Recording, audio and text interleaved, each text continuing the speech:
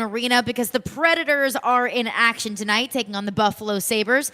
The final game of the regular season before the trade deadline tomorrow afternoon. Now, D-Mase, we planned a whole show today, and I know that show is probably going to be completely blown up at some point with some breaking news, whether it's with the Predators, breaking Predators news, breaking NHL news, but we will stay on our toes. We're going to stay connected to Elliot Friedman's Twitter, who will join us at 1 p.m. I mean, I imagine Elliot Friedman's phone needs to be surgically removed from his ear at some point today with all of the news that we've already gotten in the NHL trade sphere and all of the news that I know is about to come down throughout the rest of the day until tomorrow into the trade deadline. But Elliot Friedman will give us the latest on the Nashville Predators at 1 p.m. So we'll be scouring the Twitters of his and Pierre LeBrun and Darren Drager, all of the NHL insiders, bring you the latest of NHL trade news. D-Mase, how we doing today? Hey, doing pretty good. It seems like there has been a trade, right? There has been a trade. And do you want to go over it? So I'm apologize for being a little flustered at the moment. Yeah, things are coming at us. As the intro is playing for our show, we're getting all of these texts and all of this news. This just coming in from Frank Saravalli. The Predators have made a trade with the Chicago Blackhawks. The Predators have acquired Anthony Beauvillier for a 2024 fifth-round pick to the Chicago Blackhawks. I'll be honest with you, D-Mase, I don't know anything about Anthony Beauvillier. As I was looking at it, I'm 26 looking years it up. old. Yes. Adam Vingan will give us a scouting report here shortly, and he'll give us the latest on what he knows about Anthony Beauvillier, what this means for the Nashville Predators. But we knew going into the trade deadline, the Predators could do a myriad of things, whether it was staying put and doing really nothing, signing Alexander Carrier, not making a trade with any of the defensemen. Of course, we know that they signed Tommy Novak. They could have just stayed completely pat. They could have soft bought and picked up a couple of extra pieces to help push you into the playoffs. You know, they could have just acquired a salary just to dump to pick up future picks in the upcoming drafts. We knew that they could have a light sell if they didn't come to an agreement with an Alexander Carrier, or if there was an offer that came in across Barry Trotz's desk that he just simply couldn't refuse. Really, there was nothing that seemed off the table for the Nashville Predators, and this news just coming in from Saravalli. Again, the Predators have acquired Anthony Beauvillier for a 2024 fifth-round pick from the Chicago Blackhawks. He's young. He's 26 years old.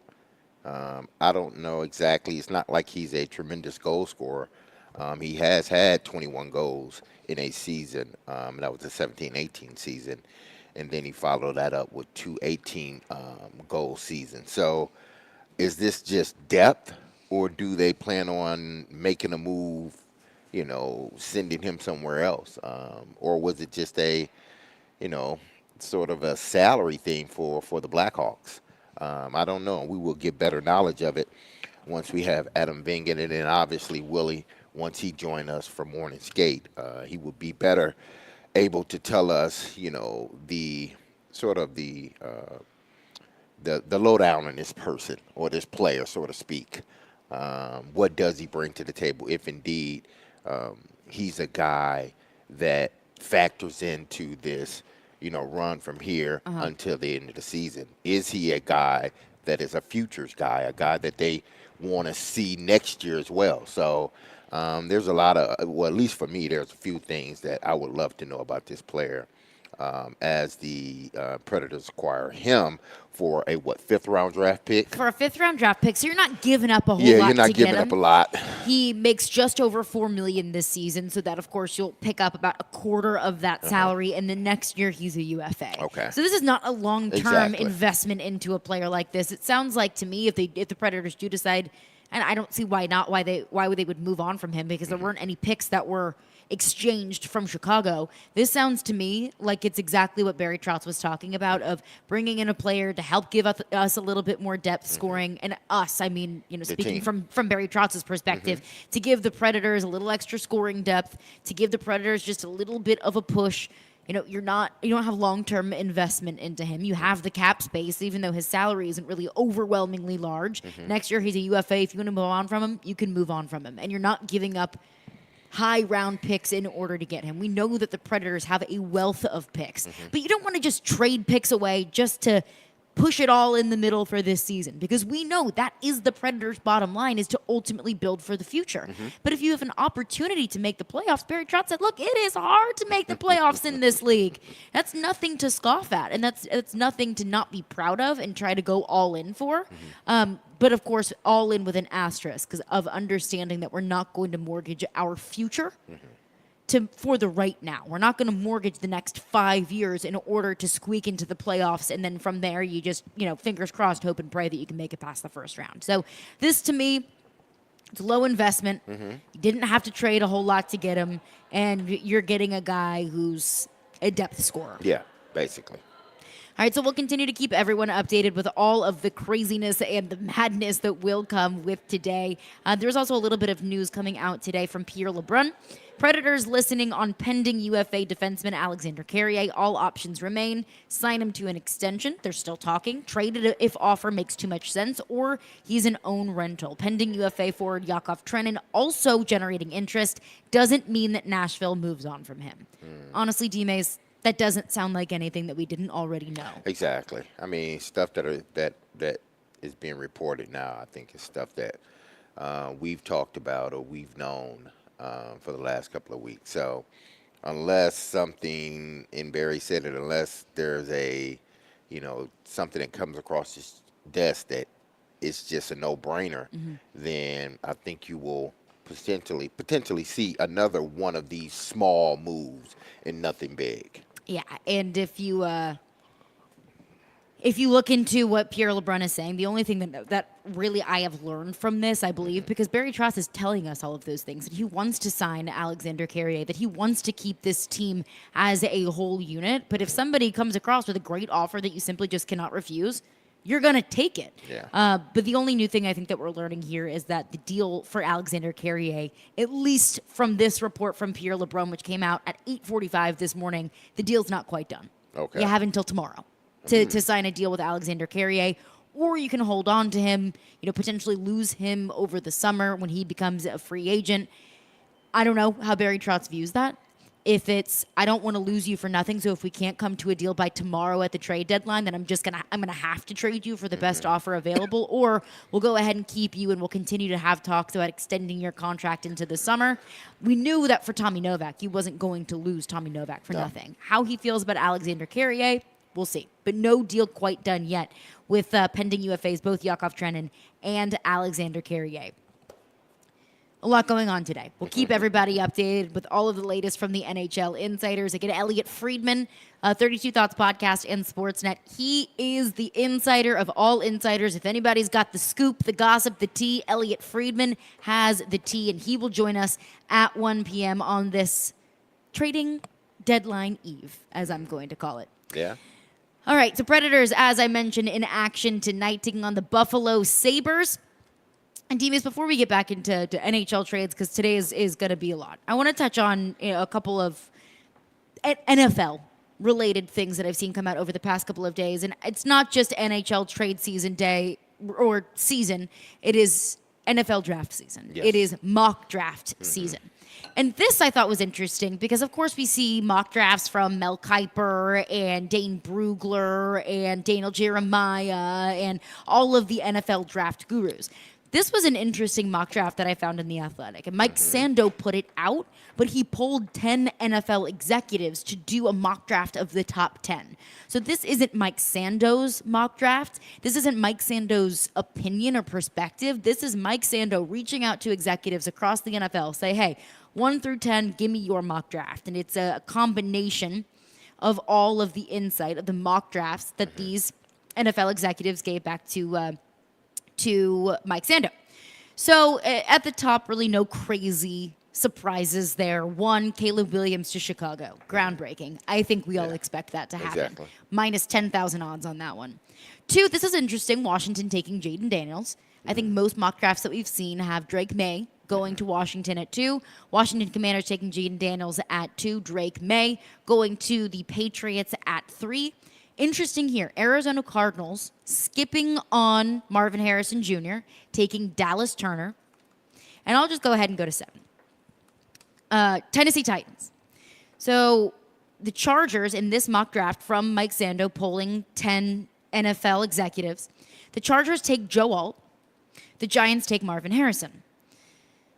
In this mock draft, has the Titans taking Olu Fashanu, the offensive tackle out of Penn State. Now, the vote distribution. 2 have the Titans taking Fashanu, 1 taking J.C. Latham, the right tackle out of Alabama, 1 taking Joe Alt. But again, of course, in this mock draft, Joe Alt is off the board at 5 to the Chargers. 1 has the Titans taking Malik Neighbors, 1 taking Jared Verse, the edge rusher out of Florida State. This is the breakdown. Mike Sando writes, 4 of the 6 execs sent an offensive lineman to the Titans. They have not replaced Taylor Lewan, and they need to do that, one of the execs said. The guy they took last year, Peter Skoronski, was really a guard. They need a left tackle.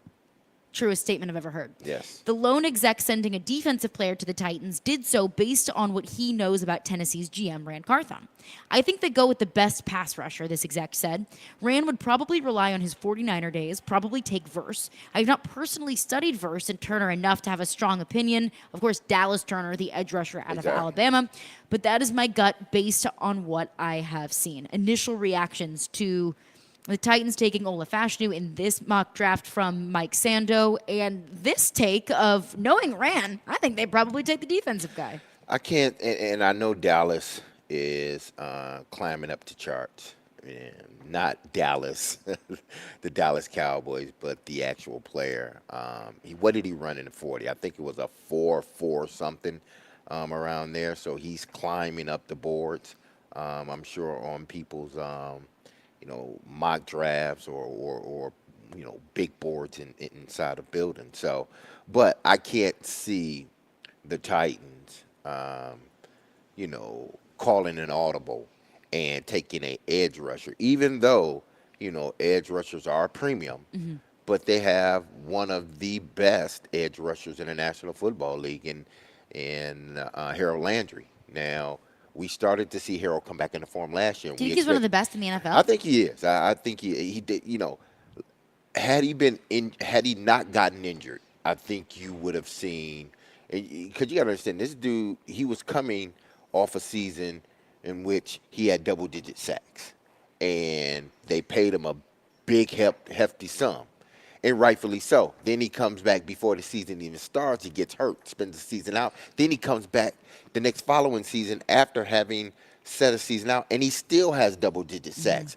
So I think he's entering into his prime, and I do consider him one of the best pass rushers in the National Football League. The stats bear it out. He's not a household name, but if you watch Harold Landry play, he has a motor, and he constantly tries to get to the passer. So they have a really good edge rusher. They have a really good defensive tackle who they could put on the edge, and hopefully they sign Danico Autry back. I can't see them because it's not a position of necessary need. Again, because we talked about Chris Jones, it's a luxury, but it's not a need. Drafting an edge rusher in the first round with the 7th pick, yeah, it may work out, but you need a left tackle, and you need a left tackle bad. You cannot, especially if the top 2 left tackles are sitting there, or one of the 2 are sitting there. You have to take them, at least in my view. Now, the organization may see it different. I don't know. They may choose to take a wide receiver. I don't know. But that left tackle position, they need another guy like they've had in the past, whether it was Brad Hopkins, whether it was Roos, whether it was Lewan. They need another tackle, another left tackle that can be the mainstay for the next 10 years. I'm with you. I do wonder, what this exec says, I think they go with the best pass rusher. Rand would probably rely on his 49er days, probably take Verse. What about San Francisco and Rand's days in San Francisco would lead you to believe overwhelmingly that the Titans would go defense? I know 49ers have always had a great defense. Yeah, but there's I don't see the connection there, frankly. I don't either. Maybe they're just basing it on how San Francisco built their team. And it seems like they built it starting from the defense, because even if you go back to the Harbaugh days, they had an offensive line and a damn good defense. They had both of them. Then they had some playmakers on the outside, but that's how the 49ers in recent years have been built. I don't know if that's something that, because San Francisco was in a different position than the Titans are in now. Right. And they do have a great defense. Exactly. They I have a don't great get me wrong on defense, that. but I don't think, because he was in Atlanta too. He's been other places other than San Francisco, and he's watched organizations or organizations and teams develop their players and draft. So it could be what he saw in Atlanta. It could be what he saw in San Francisco. We don't know. But I just can't see Rand Carthon knowing how critical that position is, knowing that you got a second-year quarterback, really a rookie quarterback, because that's essentially what he is, a rookie quarterback, and then you pass on a left tackle if he's there and go get a defensive player. You better get you a left tackle. The only reason you do that is if you find you a left tackle in free agency, and all of the left tackles that are out there right now are older left tackles. They all have red flags. Yeah, exactly. Whether it's old or unavailable due to injury or any other kind of character red flag or red flags that they've had throughout their career.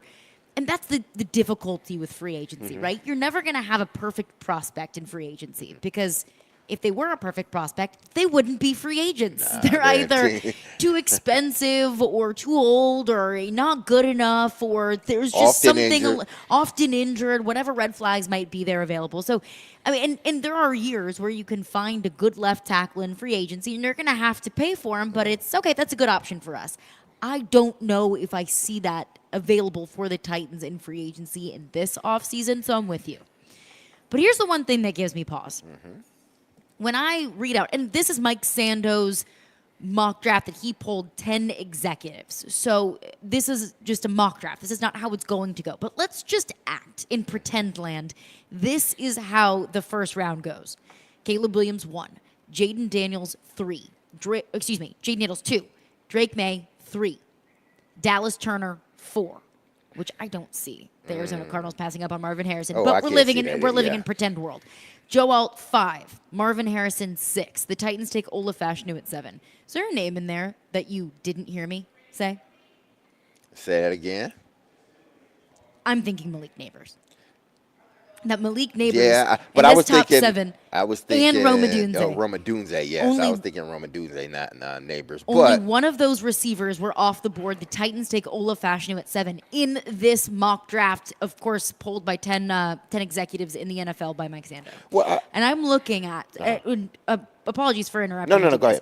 I'm looking at Field Yates' 2024 NFL draft rankings. And of course, this is Field Yates' opinion. What Field Yates covets and likes and prospects could be completely different than what Brian Callahan and Rand Carthon and the Titan Scouts covet. But looking at Field Yates' rankings, he has Caleb Williams 1, Jaden Daniels 2, Marvin Harrison 3, Malik Neighbors at 4. Field Yates doesn't have Olaf Fashanu in his rankings until 16. If Malik Neighbors, the 4th overall prospect, according to Field Yates in this year's NFL draft, is on the board, can you afford to pass up the 4th best player in the draft for the 16th best player in the draft? And I know you desperately need a left tackle, but that'd be a tough one for me to swallow. Because it's a position that need. And listen, all of these mock drafts are going to be different. Whether it's Mike Sando, Mel Kiper, just anybody you want to throw in here. Their mock drafts are going to have some similarities, but then they're going to have some differences. I'm not going to, make a big deal about this. Let's wait. The question is really, Caroline, is, okay, we see the mock drafts. What happens after free agency? Totally. But if this is, because a lot is going to change after free agency, the quarterbacks are going to go to quarterback-needy teams. Needs will shift after free agency. But if this is how the first round did shake out in fantasy land, the Titans pass on Malik Neighbors to grab Olaf Fashanu, how would you feel about it? I wouldn't be upset because, again, if you have him ranked, and again, everyone has players ranked differently based upon, their needs or, based upon how they saw that prospect. the ranking room or the big room in the Titans facility may be different from the big room in the Chargers facility. Totally. It just depends on how they rank them. Now, if they have a Doomsday or Neighbors, whichever one, seventh, and they have Olafashanu eighth, or they have him eighth and stuff, That would be easier to swallow. or even seventh and ninth.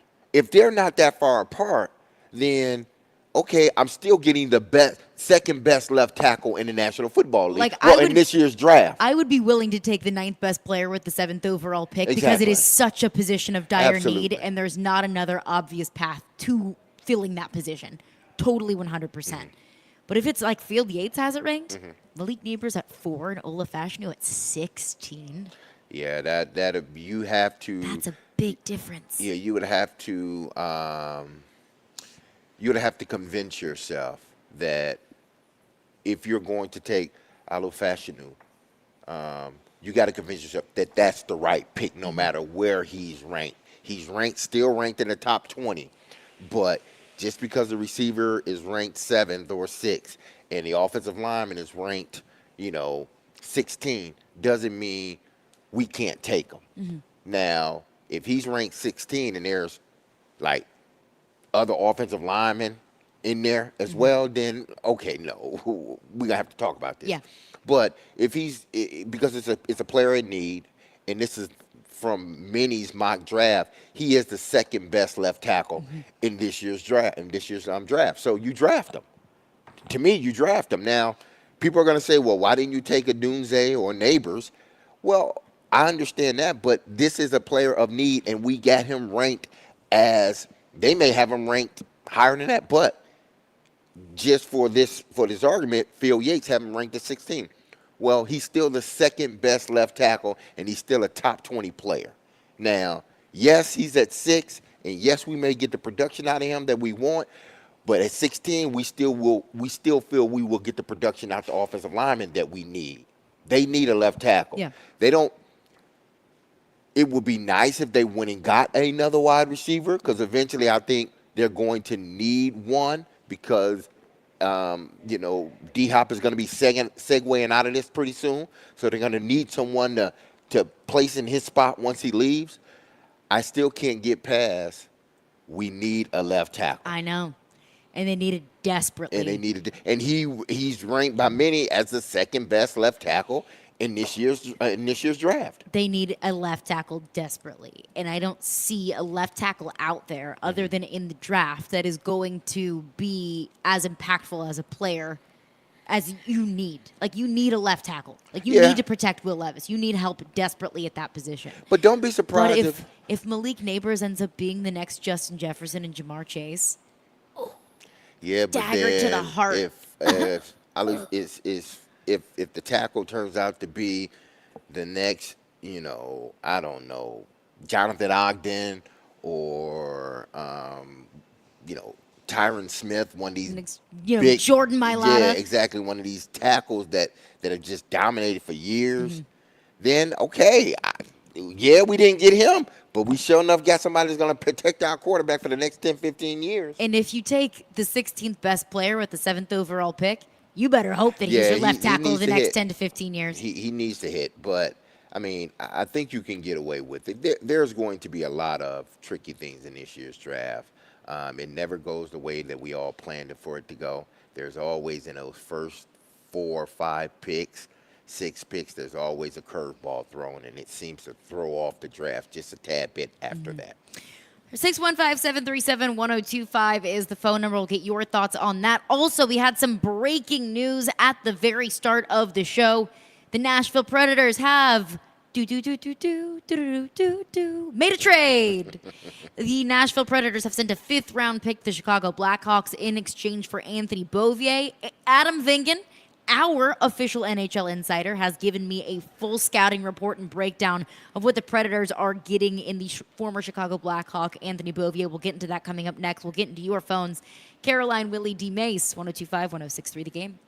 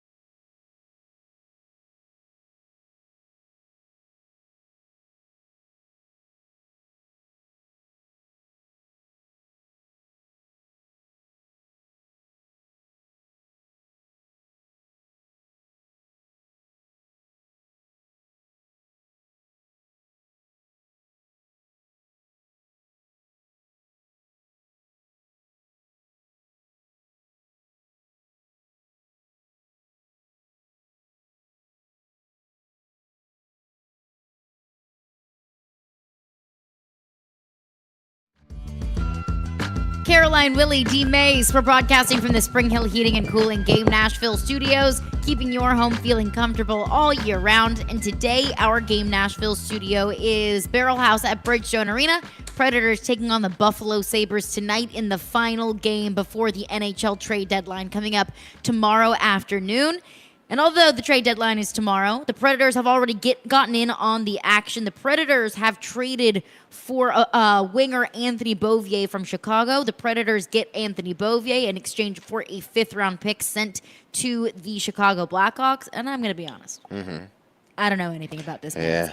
He's 14 points on the season, 4 goals, 10 assists. So I recruited our official NHL insider, Adam Vingan. His official scouting report of what the Predators are getting in Anthony Beauvillier. Secondary scorer, which we know, or at least I figured. We didn't know. Yeah. I figured if the Predators were going to buy at all at the deadline, it was going to be for scoring. Exactly. It was going to be for depth scoring because we have seen in that 8-game winning streak, it wasn't just the O'Reillys and the Forsbergs. It was the Cody Glasses and the Michael McCarrons and the secondary scorers that really kind of pushed the Predators through some of the toughest stretch of that 8-game winning streak. Secondary scorers, 6 seasons of 10-plus goals, 1 20-goal season in 2017-2018 with the Islanders. So that is another point here, is that Anthony Beauvillier in his time with the Islanders in 2017-2018, who was his coach? Barry Trotz. Yeah. So Barry Trotz knows Anthony Beauvillier. I wonder what kind of acquisition this is in terms of on ice, in the locker room. We know that Barry Trotz made those acquisitions in the offseason last year. And Ryan O'Reilly, Gus Nyquist, the quote-unquote serial winners. I don't know if that necessarily classifies here. It might just be, hey, we need secondary scoring. I know this guy. I know he's not going to be a problem. I know that he can give us a little bit of juice. It could be a move like that. You give up a 5th-round pick. You're not investing a whole lot into him. Adam Vingan said, overall, quote, to borrow your term, he's a plain bagel. That's the term that I use for someone or something that's fine. It'll do. It's Plain not the bagels best. are good. Plain bagels are fine, but I would rather have an everything bagel. But if they're out of everything bagels, You want the seeds or all stuck in your teeth and or all that other blueberry stuff? bagels, like a plain bagel is fine. It'll do. Like it's not the best bagel out there, but it's not the worst thing in the world. No. So that's what the Predators are getting. Not an overly exciting move. You're getting a plain bagel. You're giving up a 5th-round pick. He's a UFA next season. Not a groundbreaking move by any means. I don't think we expected groundbreaking moves by the Nashville Predators here at the trade deadline. So again, that's the latest in NHL trading news. If there are any more trades that come down the pipe, we will absolutely keep you updated. I have sensory overload at the moment with my computer and my phone. I'm feeling like an Adam Schefter over here. With all of the messages coming over on NHL trade deadline news. But we'll keep you updated. Elliot Friedman at 1 p.m. We'll get the latest on the Predators, latest in the NHL, how things are shaping up before the trade deadline. But we are breaking down Mike Sando's mock draft. And I want to clarify, this is not Mike Sando's mock draft, but rather a mock draft published by Mike Sando. He pulled 10 NFL executives, asked them to do a mock draft of the top 10 picks. And this is kind of a compilation of the picks of the top 10 from these 10 NFL executives. Has the Titans taking Ola Fashanu at 7? I have no problem with that. You need a left tackle. Everything that I've heard, it's Joel 1 at the tackle position, Ola Fashanu 2 at the tackle position. But it does give me a little bit of pause because Field Yates has Ola Fashanu ranked as his 16th ranked player in this upcoming draft. Can you take the 16th overall player with the 7th overall pick? That makes me a little bit concerned. But what would also make me concerned? Not having a left tackle going into this season. But D-Mase, there's a potential free agent that you mentioned to me at the break. You asked for the Titans get in on the sweepstakes. Yes, because it's reported that the New Orleans Saints will release Michael Thomas. Now, obviously, when I say that name, I'm sure our listeners are like, man, he hasn't played in 2 years. Well, he has, but he's played sparingly, and it's been 3 years, not really 2. He hasn't played much in 3 years. He has a total of, I think, just over 1,000 yards in that 3-year span. Doesn't have double-digit touchdowns. At one point, he was considered the best wide receiver in the National Football League. That's when I believe he won AP Player of the Year, Offensive Player of the Year. He had 1,700 yards, 140-something catches. Somewhere around there, and it seems like he was just continuing to grow up. Mm-hmm. But, his stock was continuing to rise. And then all of a sudden, the next following year, he succumbed to injury, and he just hadn't been the same player. Yeah. I mentioned that to you and Nick as well because it's a low price, potential high reward for a guy like him. Now, he's not a $2 million guy. I think he's a league minimum guy, and you put incentives in there, or he's a depth piece. But I think if he fits what the Titans want to do, not just from a schematic standpoint, but from a cultural standpoint in their locker room, then you do kick the tires on it a little bit. Again, you're not bringing them in to be your one or your two. You're bringing them in possibly to be that flex 3 or 4, because right now you don't have a 3, and you have to get someone that can play that 3 position, or someone that can be elevated to the 1 and sort of let everyone trickle down. Because right now we know D-Hop is the 1, and by process of elimination, Traylon Burks is the 2. Well, not many people are confident that not many people are me, and that are confident that Traylon Burks is really going to have I think a you have more breakout confidence season. in Traylon Burks than maybe anyone else. Yeah, in I the city. think I do. I do. I just think he's going to, under this new system, he should have a breakout year. Now, if he doesn't, I think it will be all based upon what he did and not necessarily what the staff is doing. But after that, too, then Chris Moore, he's a free agent. Nick Westbrook-Akine, I think he may be a free agent, or he has 1 year left, but he's no more than a 3/4. Kyle Phillips, you don't know what he is. I mean, he doesn't play as much. He's hurt. So they need depth at that position. And, if you can bring another veteran guy in that has caught a lot of passes in this league to help out a young quarterback, then you may want to look into it. But again, if he fits what you want to do, not just from a schematic standpoint, but from a culture standpoint in your locker room, then you at least reach out. Hell no, is what I say. And that is coming from somebody that used to own a Michael Thomas jersey. Because I hear you. You're not bringing him in to be your 1. That's not who he is anymore. You'd bring him in to be a depth piece. But if you can't stay healthy, and if you're not available, you can't even be a depth piece. You can't even be my 3. You can't even be my 4. Because the last 3 seasons for Michael Thomas, 2020 he played 7 games. 2022 he was out all of the 2021 season. 2022, 3 games. 2023 he played 10 games, only had 450 yards. It is such a stark drop off of what Michael Thomas used to be and what he is now. In 2019. He had almost 1,800 yards, and in every single season before that, he had at least 1,000. Since then, his best year was this past season with 448. You know why? That is such a stark and steep drop-off. He's been unavailable. He's been injured. He's been kind of a pain in the ass for everyone in New Orleans, just with how much money he's been making, and he's been on the field, he's been off the field, he's been available, he's been unavailable. I need availability at every single position. I'm out on the injured player sweepstakes. Now, if you want to bring a guy in for depth, totally. I'm down for that. I don't think Michael Thomas is that guy. I think he was the guy that suffered most when Drew Brees retired.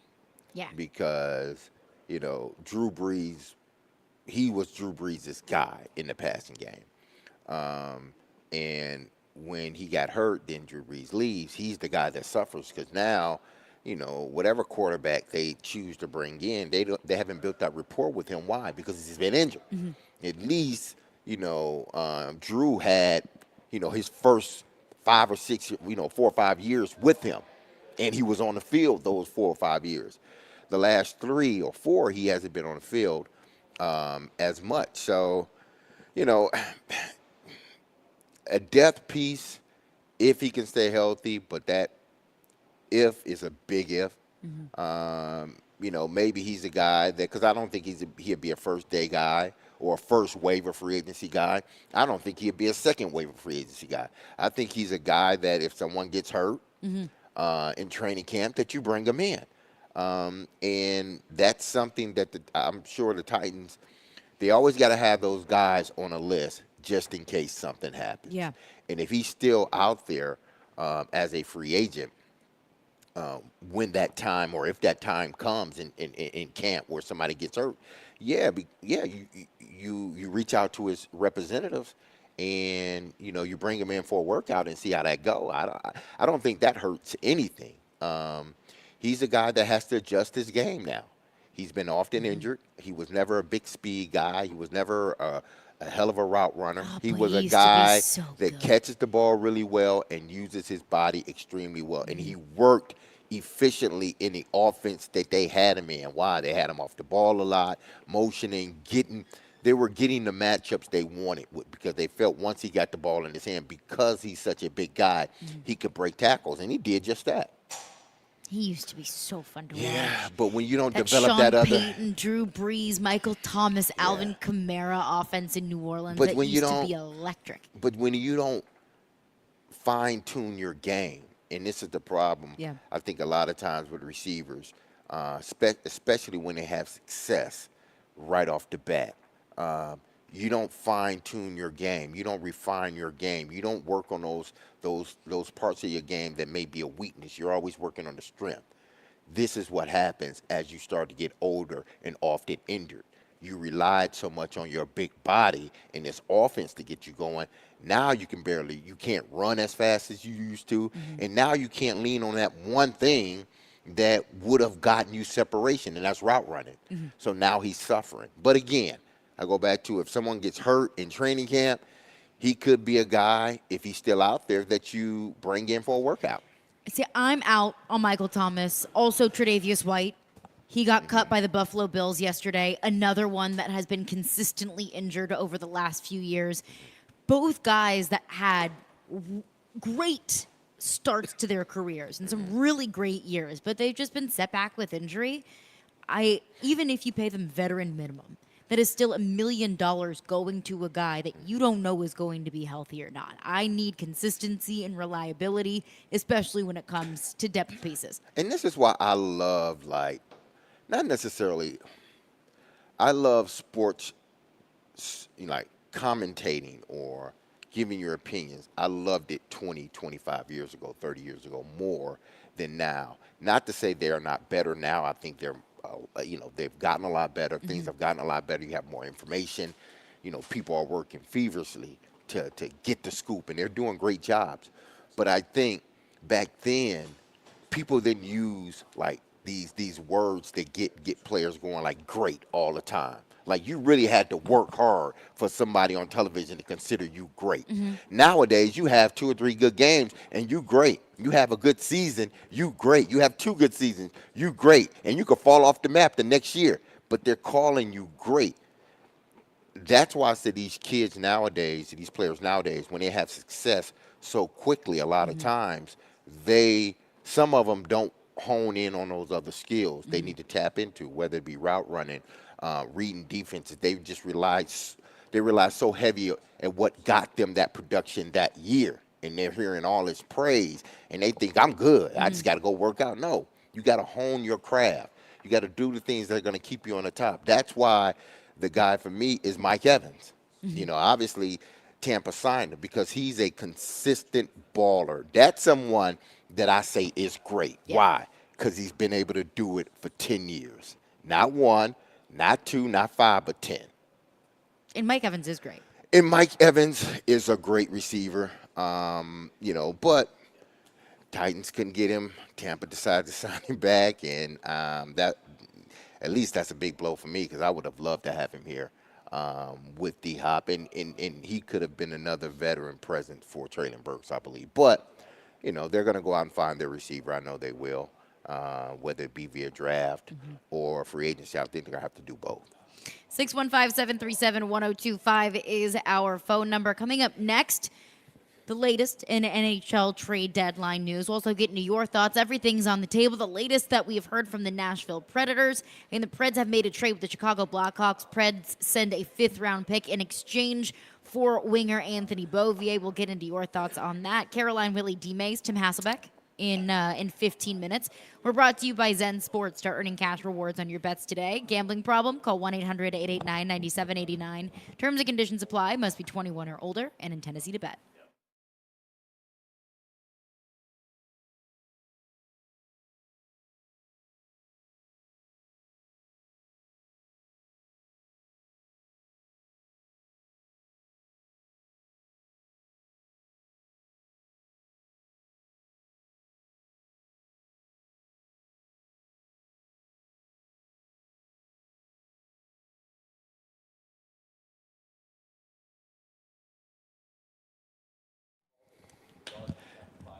Happy Thursday, everyone. Yeah, today is Thursday. Goodness gracious, these days are just going by so fast. I can't think sometimes. But the Preds have a game tonight, Buffalo Sabres. I know you're going to be in the arena tonight because it's going to be jam-packed and it's going to be a great game. The Preds try to end their, I can't say one game losing streak, but yeah, they need to pick back up on that winning streak. So I know you're going to be betting on the game tonight. You need to do it with our partners in sports, okay? And I'm excited to tell you about their introductory promotion available to all new customers in Tennessee. It's the No Danger First Wager. When you sign up for a Zen Sports account, you will receive up to $1,000. No Danger First Wager. When you place your first bets on Zen Sports, you will be reimbursed for the amount of your bet if it loses up to $1,000. Plus, Zen Sports has launched their VIP program to prepare to the premier bettors of Tennessee. If you think you might qualify, then listen up, people. The VIP program is by invite only. So if you feel that your Zen Sports play qualifies for the VIP consideration, please check out the program details and apply at zensports.com/VIP. No other sportsbook will offer you a premier sports betting experience with 24/7 top-tier customer support and bigger and better action than Zen Sports. So what are you waiting for? Bettors, get going and download their app at zensports.com today. Zen Sports. Betting just got better. And always remember, gambling problems, call 1-800-889-9789. Terms and conditions apply. Must be 21 years or older to bet here in Tennessee.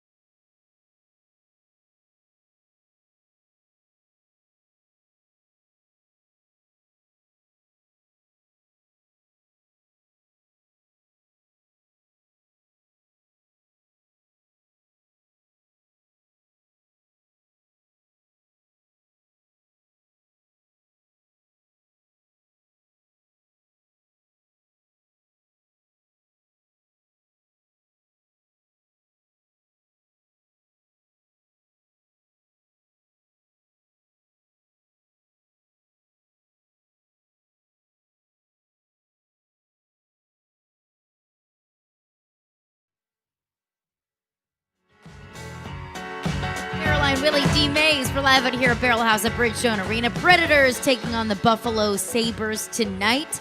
And the Predators have made a trade. The Predators send a 5th-round pick in exchange for winger Anthony Beauvillier. Willie Donick joins the show. Willie D, what do you make of the move? It's been pretty eventful down there. Now, the team, to my knowledge, in the last 5 minutes or so, has not officially announced the trade yet. So nobody on the team or the coaching staff has commented on this yet. You know, they're focused on tonight. So I think that would tell me that there's no chance that Beauvillier would play in the game tonight. But it's a very interesting move. I'm really curious to hear what Elliot Friedman has to say about it at 1 o'clock. Just in my, I see the name, and so I start looking up different things. The number one thing that jumps out to me is he played a lot of time for Barry Trotz when Barry Trotz was the coach of the Islanders. Beauvillier was the first-round pick of the Islanders way back when. He's only 26 years old. He's on an expiring contract, and you give up a 5th-rounder. So that's the type of rental that I think is a good buy. Barry Trotz was talking about how expensive things were. To me, this is a cheap rental that if it works, great. If not, you're out a 5th-round pick. So he becomes a free agent, and you move on, and you haven't done anything to change your future a whole lot. He has, in his career, a 21-goal season, 3 18-goal seasons, plus a 15-goal season in the shortened 2021 year where COVID delayed the start of the year. So he had 15 goals in 47 games. He's not a great all-around player. He has not. So he was traded last year in one of the bigger trade deadline deals from the Islanders to Vancouver when the Islanders made the move for Bo Horvat and signed him to a big deal. Beauvillier's contract had to be shed in order to make room for Horvat's contract. So Beauvillier then was moved earlier this year in the wake of the Corey Perry debacle. Eek. He was traded from Vancouver to Chicago to clear space for Vancouver.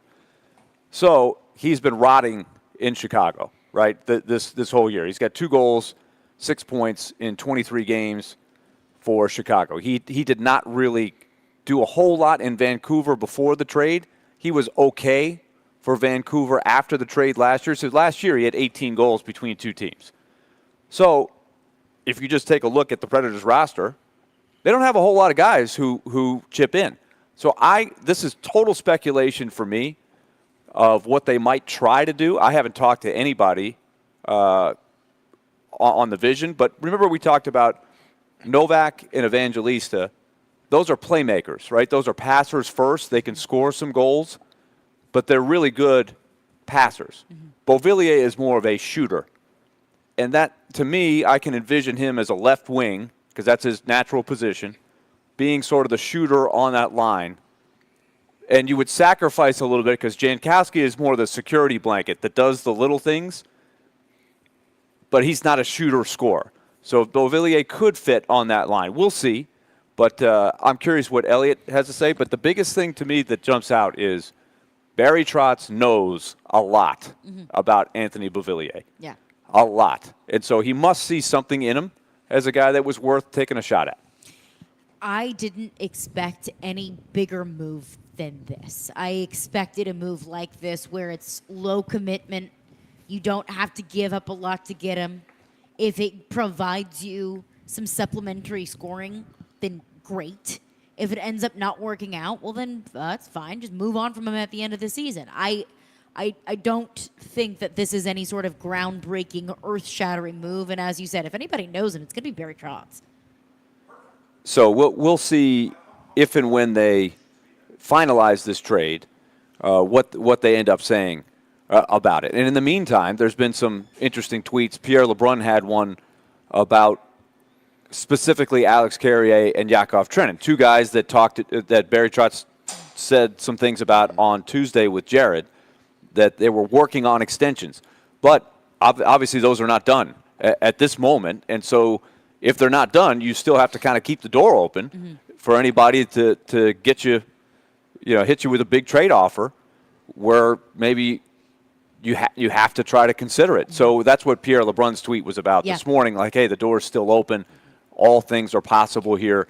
And so I guess we have to wait and see because this is that time of the year. There's one more day. Like, we've got about 24 hours plus left to make these deals. But 24 hours in trade deadline time is like a year.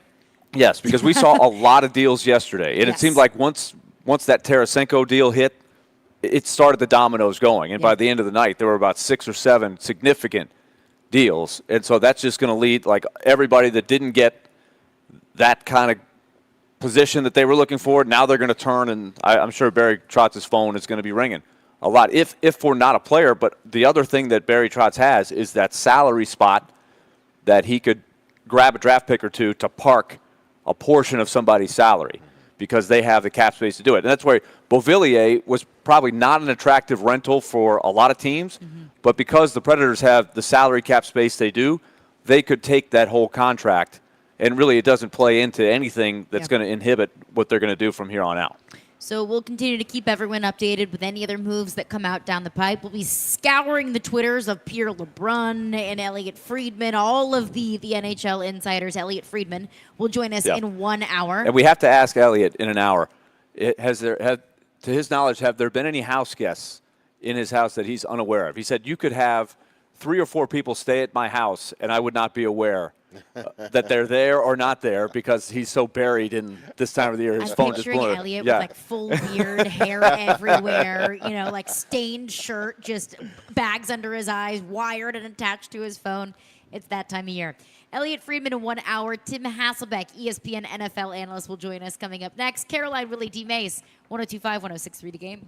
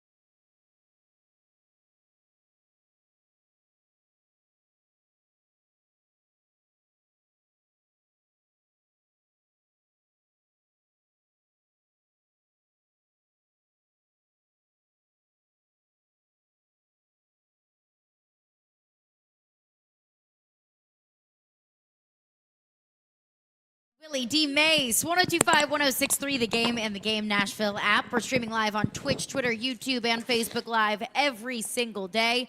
Live out here at Barrel House at Bridgestone Arena. The Predators in action tonight, hosting the Buffalo Sabres. And again, the news that came out about an hour or so ago, if you missed it, the Predators have made a trade.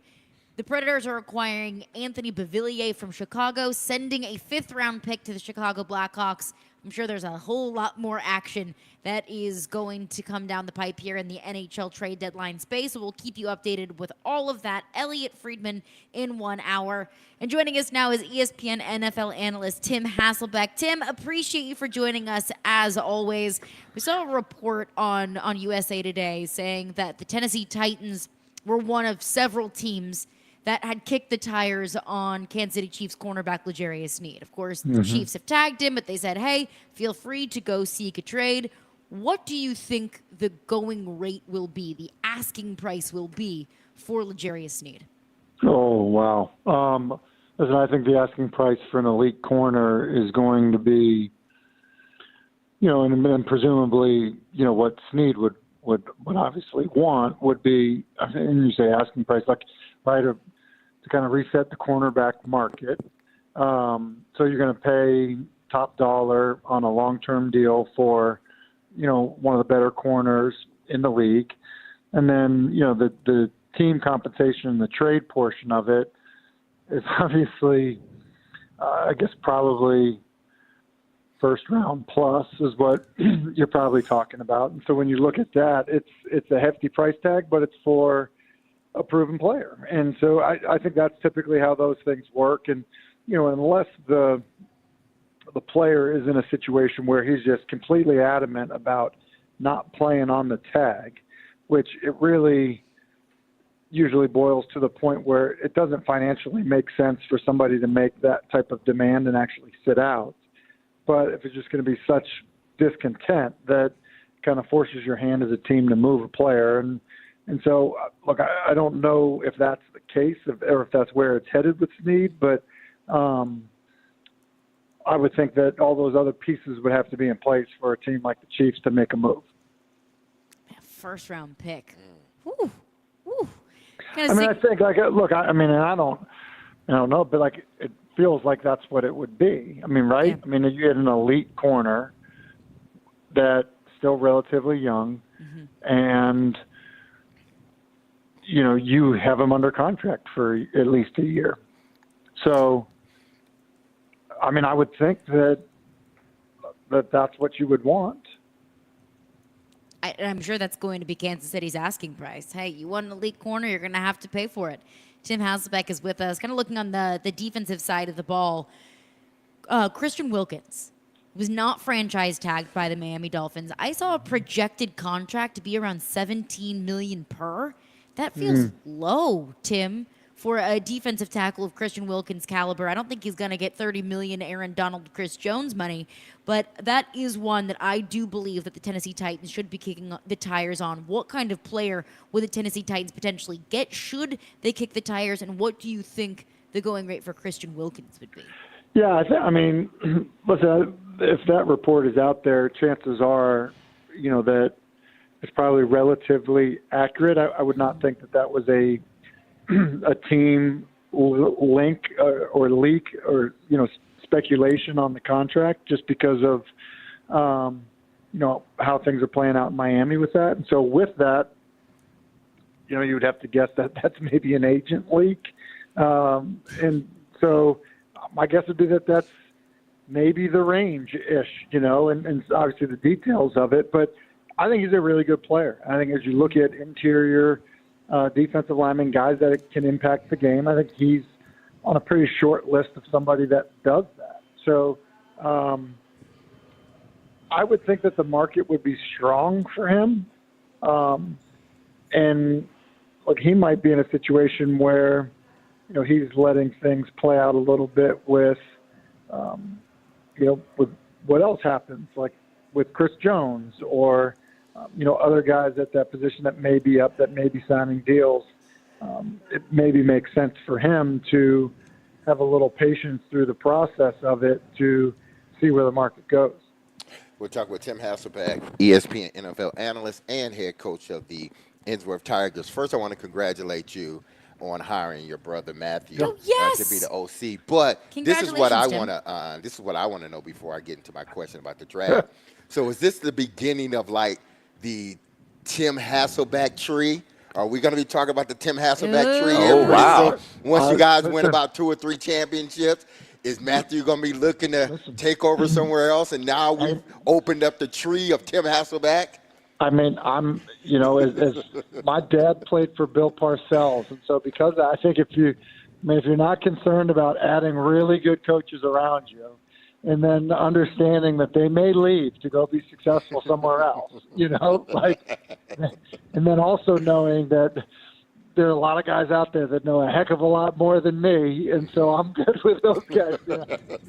You look really smart by having really smart, good people around you. So, listen, don't be fooled. Now, I'm just glad you asked me that and didn't ask me if we were going to be riding a tandem bike to school together.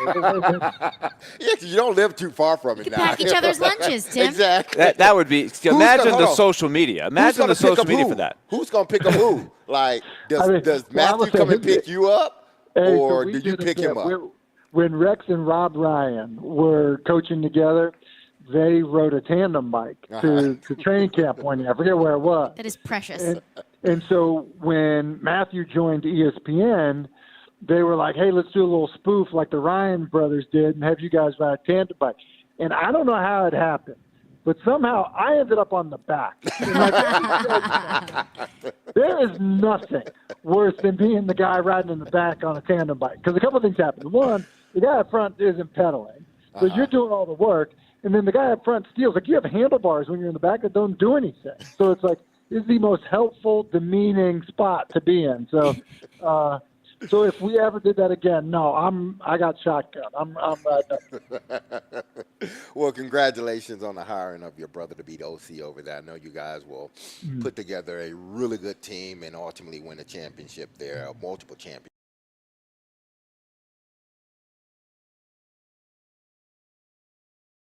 That just about every mock draft, there's some similarities, but then there's some differences as well. Do you expect the top 5 or top 6 to go as we have seen in many mock drafts? Because if you look at the top 5, I think across the board there may be some differences here and there, but majority of the guys that are in the top 5 to top 6 of the mock drafts are mock drafts across the board. But do you see a change, or do you see something happening within that first 4 or 5 picks that can kind of throw the whole draft off? Something, D-Mase, I kind of do. When everybody is in such unison on this stuff, it usually makes me feel like, they're just, I don't know, maybe a lot of people are listening to the same people, right, that are talking. And it feels like there's movement when we get to the draft based on, that just looks different than the mock drafts. And I think sometimes if we look back and say, well, did it really change? Was there movement, or was everyone just slightly off, the whole way? And I think I've told you guys a story. I talked to somebody that I considered to be really close with, thought that he, and I wasn't doing mock drafts. He told me something one time, and the draft rolls around, and I was like, dang, that hurt my feelings. I was like, you just lied to me about what you guys were doing with the draft. But here's what I think, and obviously, I've talked to you guys about this, and have said so on other shows as well. I think Drake May is the best quarterback in this group, and I think there are really good quarterbacks in this group. Do I think that there probably are other people that see the quarterback situation maybe more similar to the way I see it versus how it's being represented in these mock drafts? I do, because I just feel like I've been doing this enough and watching guys enough and learned enough about these guys that, not everybody's going to evaluate quarterbacks the same. That is for sure. But this guy possesses so many things that you would want out of that position that no matter how much you like Jaden Daniels or no matter how much you like Caleb Williams, Drake May is checking so many boxes that there are going to be guys that prefer Drake May. There just are. And so to shake things up at the top of the draft, look, where he goes, I think would shake things up, considering a lot of people don't have him going in the top 2. And a lot of people have talked about maybe he doesn't go to 3 at 3, and maybe 3 moves and someone else comes up to 3 and takes him or somebody else. So, yeah, I do think that there'll be movement. I don't think it'll play out. And I do think that some of that will be reflected in mock drafts between now and draft day. So, Tim, you've been high on Drake May ever since the beginning of the football season. And I have heard a lot of rumors, gossip out of the combine that Drake May's stock could be slipping. Now, this is an if, a huge if. If Drake May's stock does slip and he falls to 7 to the Tennessee Titans, should the Titans take him?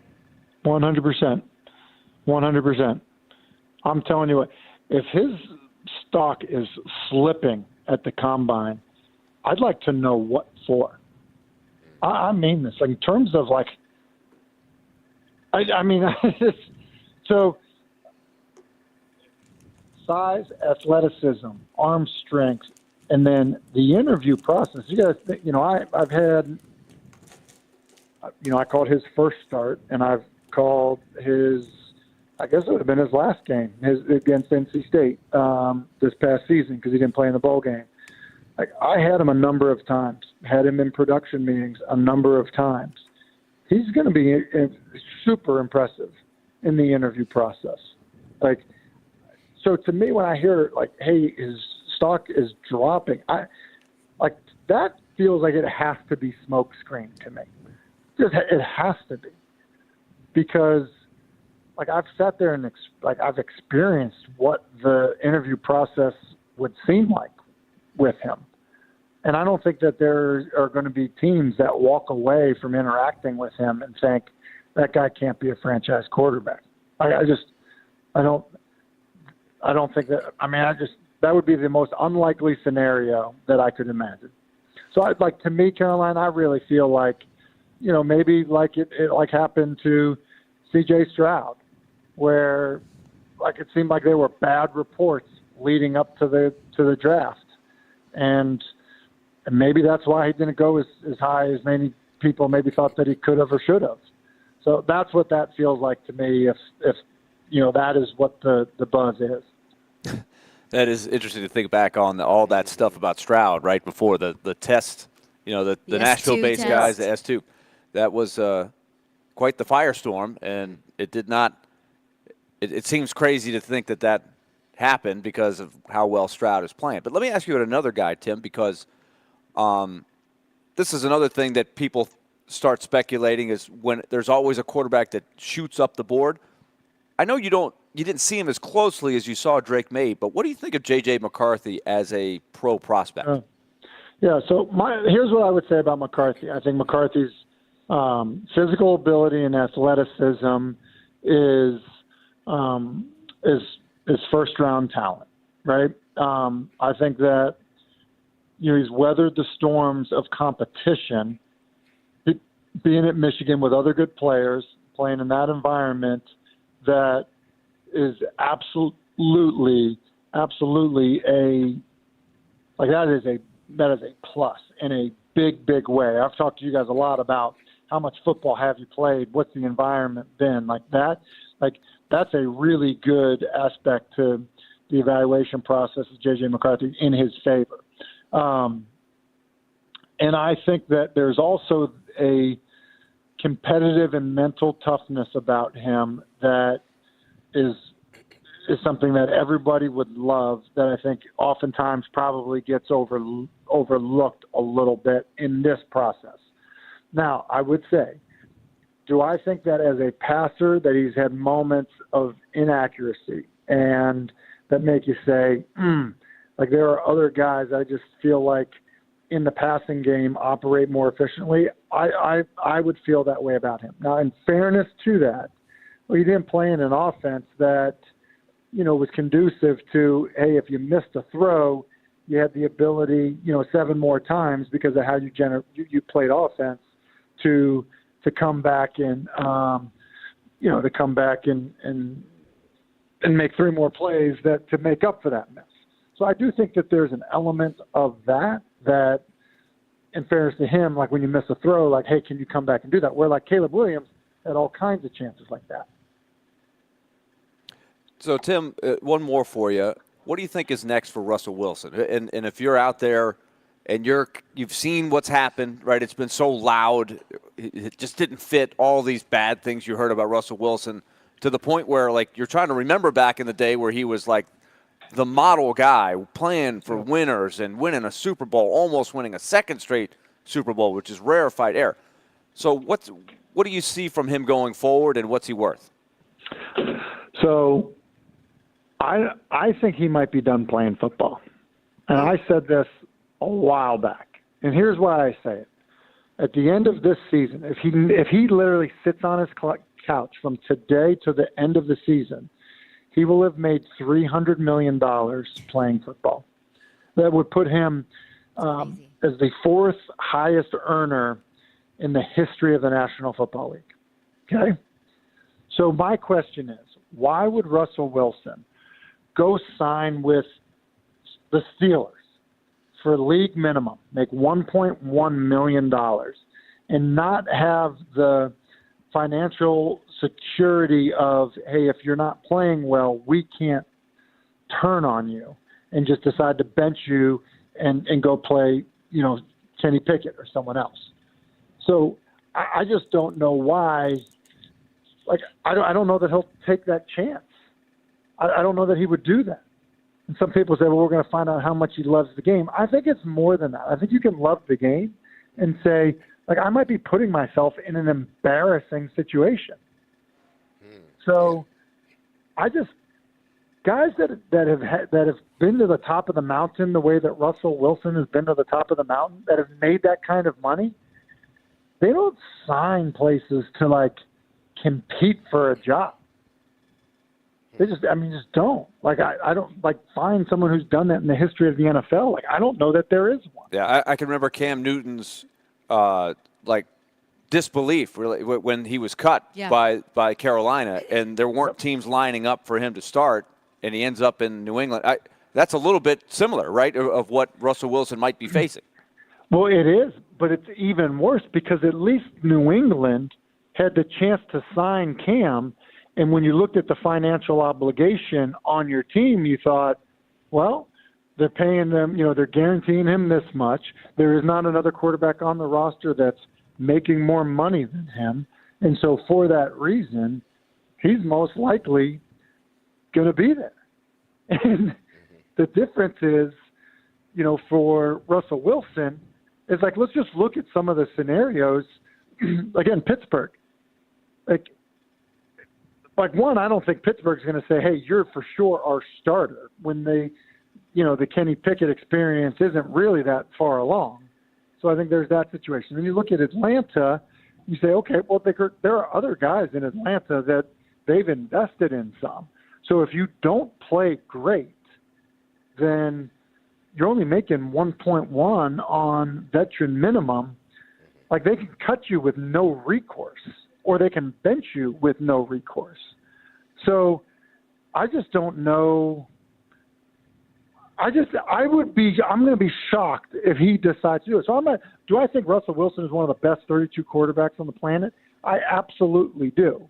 Do I think that he will sign up for playing for league minimum when it's not going to impact him making more? He basically is saying, I'm going to bet on myself this year for a longer-term deal after that. But he's 35 years old, and he hasn't played well in 2 years. Yeah, so his clock is ticking, and it's ticking very fast. Mm-hmm. And it seems like it's almost at the end of his NFL playing career. Now, before we get you out of here, Tim, a lot, I think, will be made. A lot will be done before the draft. And Justin Fields. And the only reason I'm asking about Justin Fields is because I think that, and it seems like things have slowed down. The talks have slowed down on where he could possibly go, trades, what they want, Chicago wants for him. It seems like it slowed down a little bit, but we know it will pick it back up eventually. But I'm asking you about him because I think ultimately, if he is dealt before the draft, it will affect potentially what the Titans can do at that seventh pick, because now you take one team out of the equation that needs a quarterback. Oh, there's no question about it. And it felt to me like, well, wait a second, maybe he's not moving. I feel like 3 weeks ago he's definitely out of there. I still think that he's out of there because I think when you hear Ryan Poles talk, I just don't feel like you talk like that about somebody that's going to be your starting quarterback next year that's still a very young player. So, yeah, I think that happens. I think what happens, kind of in the Kirk Cousins situation, I think that will impact the draft quite a bit because of whether it's, whether it's the Patriots or whether it's, some of those teams that seem like they're maybe a little further back, maybe out of, the conversation in terms of, whether it's the Giants, whether they're in the quarterback mix or not. And then you also look at places and you say, well, no, like you need to win. Like, does Mike Tomlin need to win? No, but like I think he's at the point now where it's like, look, I feel like I got a pretty good team. Like we need a different quarterback to get it done. Or if you look at Brian Daboll at the Giants, like you're in a situation where like you probably need to save your job, and a young quarterback that is showing promise is one of the ways you can save your job. So, yeah, I think that I think the two biggest dominoes to fall in terms of what the draft looks like are Justin Fields, and probably in this order, Justin Fields and Kirk Cousins. And I think where those guys go, I think will have a lot to do with the layout of the draft in terms of where quarterbacks end up. Tim Hasselbeck, ESPN NFL analyst and head coach of the Ensworth Tigers. Tim, we look forward to seeing you down the streets of Nashville on your tandem bike. Just think of the Cute viral helmets possibilities. If Viral I possibilities. see you riding down 100, I won't beep loud, okay, Tim? I won't scare you. Hey, listen, if you see me on 100 on a bike, then you know I've lost my mind. It's not safe to do that. Because D-Mase alone drives pretty fast on 100. I know. I get that from pretty good sources. D-Mase is going to pick up a hitchhiker. Okay. Well, I've Named seen Tim Hasselbeck. I've seen D-Mace running in Percy Warner, so I'm just going to say that, like, hopefully he drives faster than he runs these days. I've seen him drive. I can guarantee that. No matter how fast he runs, I can guarantee he drives faster than he runs. Tim, appreciate you for stopping by. We'll catch up with you next week. Sounds good. See you guys. Awesome. Thanks. Tim Hasselbeck, ESPN NFL analyst. We got some tea there. Yeah. Tea about the Drake May situation. Now, it's a big fat if, but I was surprised at how confident Tim was and eager he was saying, hey, if the Titans, or if Drake May falls to the Titans have to take him. So we'll react to that coming up next. We'll get into your phones coming up next. And, of course, NHL trade deadline extravaganza, all that coming up next. Caroline, Willy, D-Mase is brought to you by Zen Sports. Start earning cash rewards on your bets today. Gambling problem? Call 1-800-889-9789. Terms and conditions apply. Must be 21 or older and in Tennessee to bet.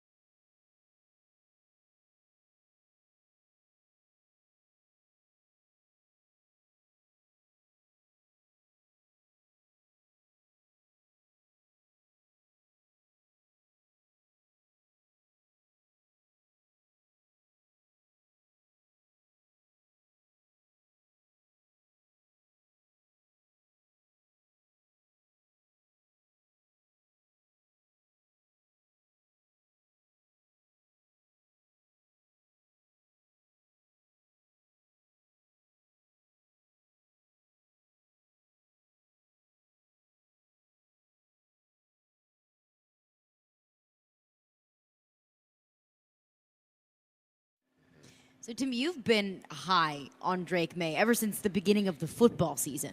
And I have heard a lot of rumors, gossip out of the combine that Drake May's stock could be slipping. Now, this is an if, a huge if. If Drake May's stock does slip and he falls to 7 to the Tennessee Titans, should the Titans take him? 100%. 100%. I'm telling you what, if his stock is slipping at the combine, I'd like to know what for. I mean this, like, in terms of like, I mean, so size, athleticism, arm strength, and then the interview process. You guys, I've had, I called his first start, and I've called his, I guess it would have been his last game against NC State this past season because he didn't play in the bowl game. I had him a number of times, had him in production meetings a number of times. He's going to be super impressive in the interview process.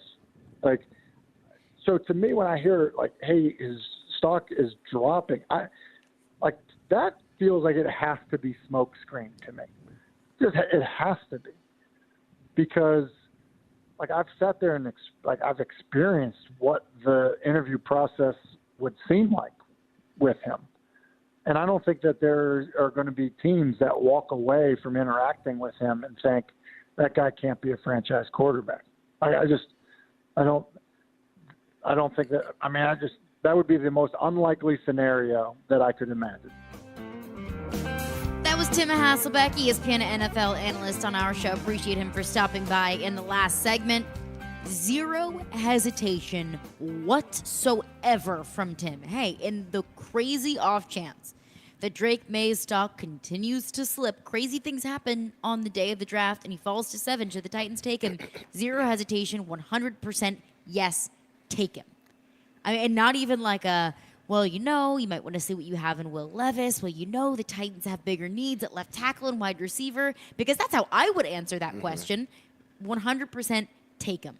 And I think Drake May is a fascinating prospect because we hear Tim, who has called Drake May's games, who played the quarterback position in the NFL, saying he is one of the most complete prospects he's ever seen. But I also, on the other side, hear a lot of people who say, Drake May, meh. Such a varying, wide range of opinions on Drake May. But I was surprised that Tim was as confident in saying, yes, take him if he falls to you at 7. Yeah, that was a eye-opener, so to speak, because like you said, whenever a quarterback and Will Levis is brought up, it's maybe you trade out of it because you got to see what you have in this young quarterback. He showed some promise.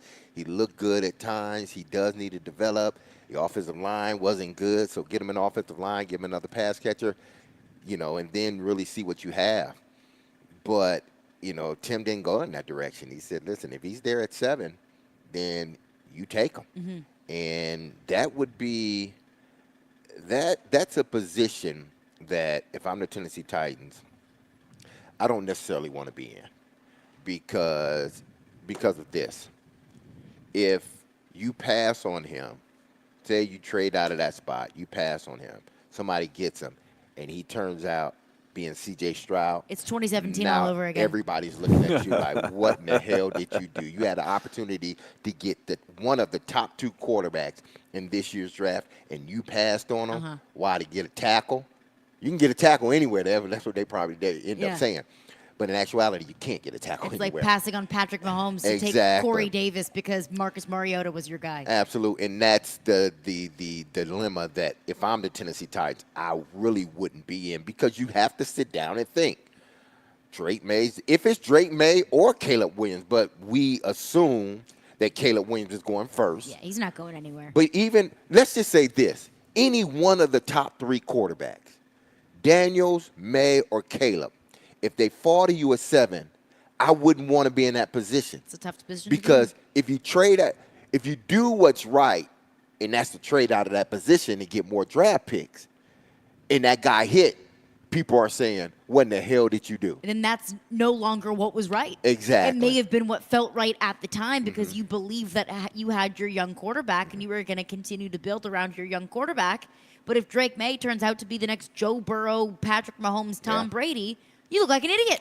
Yeah, and you probably, and people in their eyes, even what you got still doesn't equal to what he is or going to be in this, in this NFL. So I wouldn't want to be in that position if I'm the Tennessee Titans. If one of those quarterbacks fall to me, I'm like, either I'm asking for the farm for you to move up to get him, or you pass on him. Wow.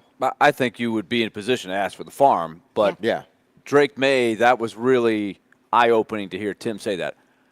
In my heart, not in my heart, my head, there's no way he's going to 7.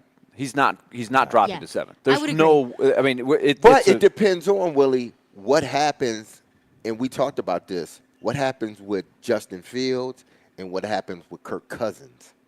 If one of those teams that can potentially draft a Drake May gets a Justin Fields or a Kirk Cousins, now we assume they're out of the picture for, especially if they get Fields. Stuff can happen. Stuff can happen. Fields is a really interesting one. What's going to happen with that? But I just still feel like the gravitational pull will be for May to go second to somebody. Somebody's going to trade up to 2 that wants him. Yeah. That really believes trade with in the him. Commanders? Well, they're going to get up before 7. Let's say that. Yeah. I feel safe in saying, because it just happens every year. But look, you have to prepare if you're the Titans of the what if as you get there. Because I don't know that it would be May. I just think May will go. May is going to go in the top 3. Now the McCarthy thing or Daniels is an interesting one too. You just have to say, okay, if for what crazy reason, if one of these guys is sitting here at 7, what do we do? You definitely have to have a lot of conversations about that as a staff. You have to, because you are picking too high to just assume that those quarterbacks are going to be off the board. You have to do your due diligence, and it would feel in the moment like the smart move if one of those quarterbacks falls to you to trade back, acquire more picks, pick up a 3rd in this year's draft, pick up another 1st in next year's draft to take advantage of those quarterback needy teams and get the farm. Oh, you're going to give me a 1 in next year's draft? I need 2. I need your next 2 first-round picks. You want to work the market. Yeah. You want to work how desperate some of these teams are. That would feel like the right thing in the moment, and you would feel like you won the draft, that you won the moment. But 5 years later, if Drake May is hoisting up a Lombardi and you're on your 2nd or 3rd quarterback and you still live in quarterback purgatory, and I'm not saying that's going to happen, but let's be honest, it could. Yeah. I'm sure that's it's what happened Drake May or Jaden Daniels. Sure. That's the you have Tim basically selling May as a special guy, and if that's how you evaluate him compared to Levis, that there's just a big gap, and you say this guy just checks out way better than the guy we've got, because that's what would have to happen. If you have him around the same of what you have Levis, then it makes more sense to keep Levis and get the picks that you could get, because both could work, and you just can't control the 5 years what if. You can't think because talk shows think that way, but you can't think that way. You just have to make your decision and go, right? You just have to, this is what we're deciding, and we're full blown ahead. Whatever happens, happens. And you have to know that that's the right decision, and you have to understand and be okay with, if I'm wrong, I'm going to lose my job. That's just the nature of the business. That's the nature of the beast. That Rand Carthon said it himself. People get hired and fired in this business because of the quarterback position. Sure. Well, I'll give you another example of the hockey team here, that you just have to move forward. This was the decision. You're sticking to your guns. And that's it. In hindsight, you could sit there and say, well, what if this team had Matt Duchene? My goodness. But you haven't heard a peep out of Barry Trotz or anything looking back and saying, well, I really wish we could have.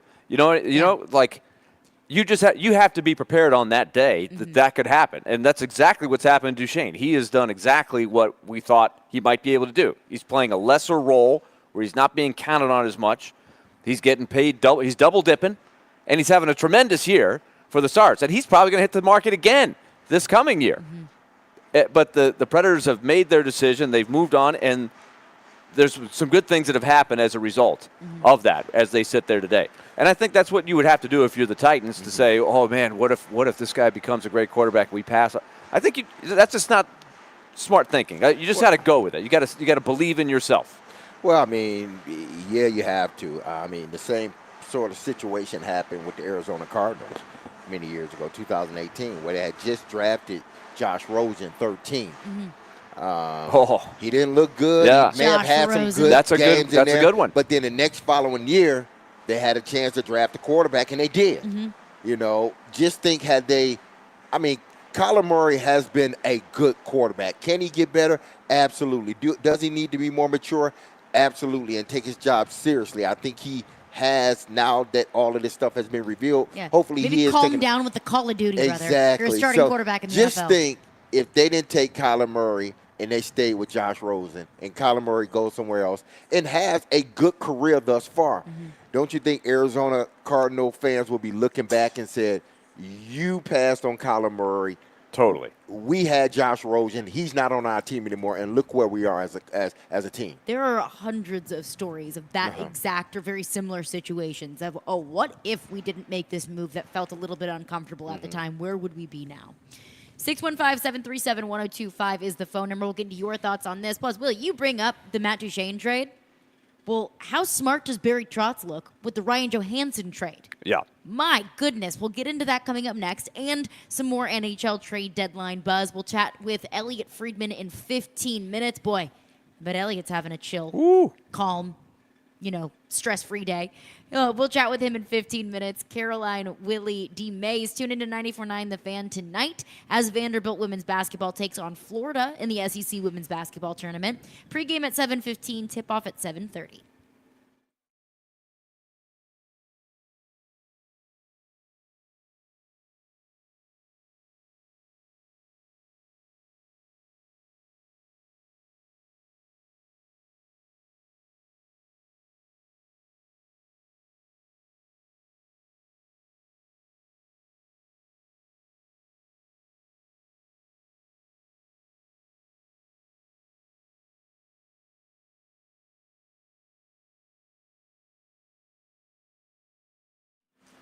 Okay, let's tell you about Loan Pronto. And as I've been saying, a lot of people these days are using Loan Pronto's Express Equity line of credit, and they're waking up in the morning and they're saying, I am debt-free. I have nailed and tackled that credit card bill or that car loan. I paid off the car, or I've got my tuition payment set for the next couple of semesters, whatever it might be. Maybe it's I've got a bathroom or the new kitchen. Loan Pronto is the engine that can do this for you if you're a homeowner whose home value is way up. And I know there's a lot of you that fit that category, especially in our area. It's booming. You see all the cranes out there. So let Loan Pronto help you get there. You can use that home equity to wipe out all those credit cards or have the cash to reinvest in your home with a home improvement project. So call now and find out more. 615-499-5780. That's 615-499-5780. Or go to loanpronto.com. NMLS 166-1781, subject to lender approval, equal housing lender.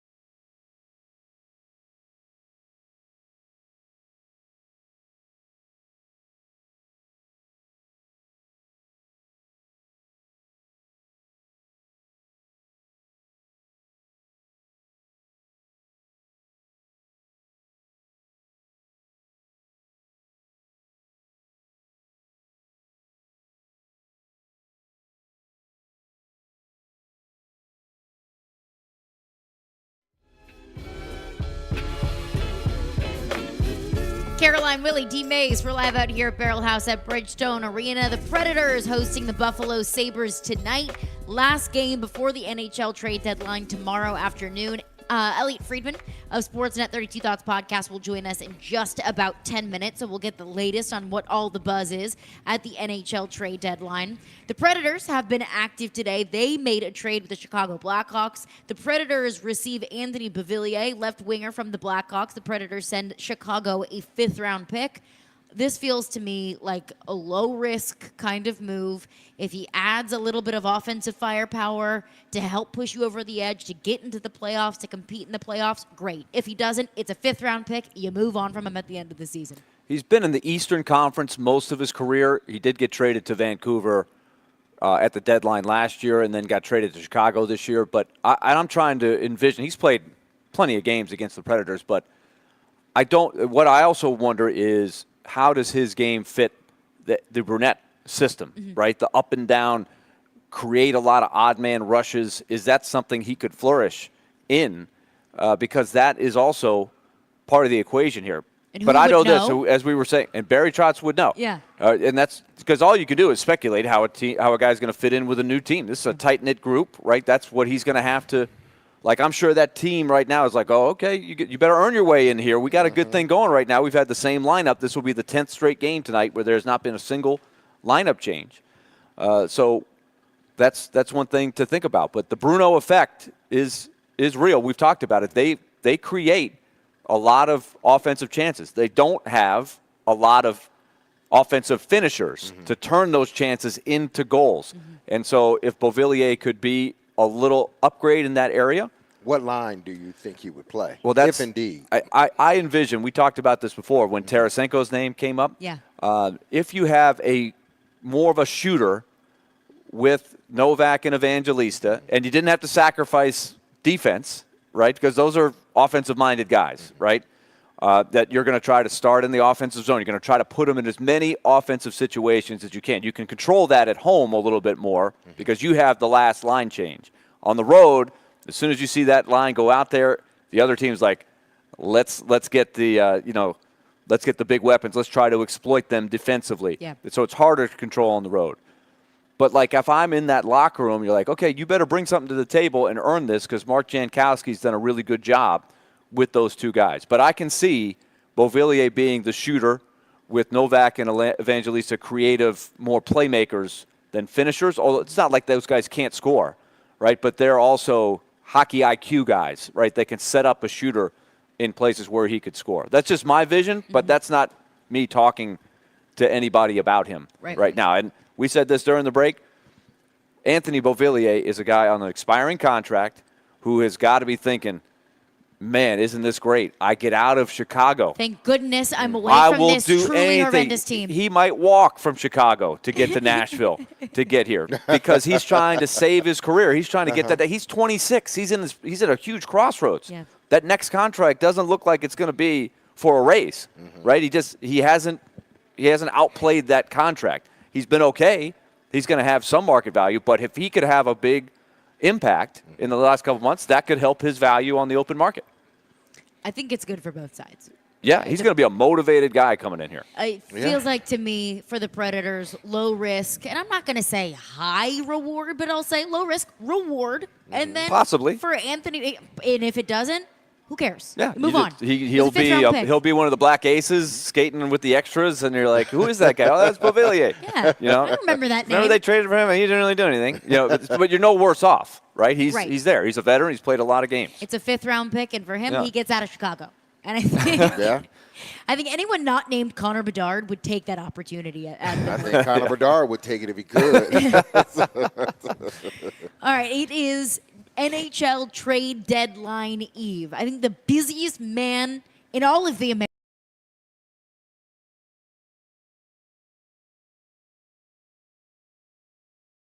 trade deadline. Elliot Friedman, 32 Thoughts Podcast and Sportsnet will join us coming up next. Caroline, Willy, D-Mase, we're broadcasting from the Spring Hill Heating and Cooling Game Nashville studios, keeping your home feeling comfortable all year round.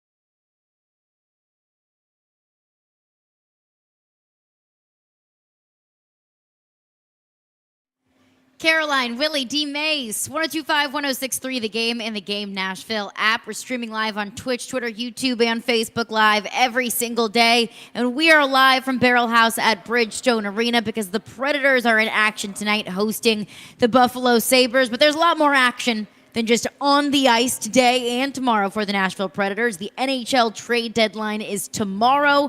And joining us now, probably the busiest man in the entire world, I would venture to say, Elliotte Friedman, 32 Thoughts Podcast in Sportsnet. I don't know how long Elliotte has been, and he'll join us here in just a few moments, how long Elliotte has been on the phone today and over the past couple of days.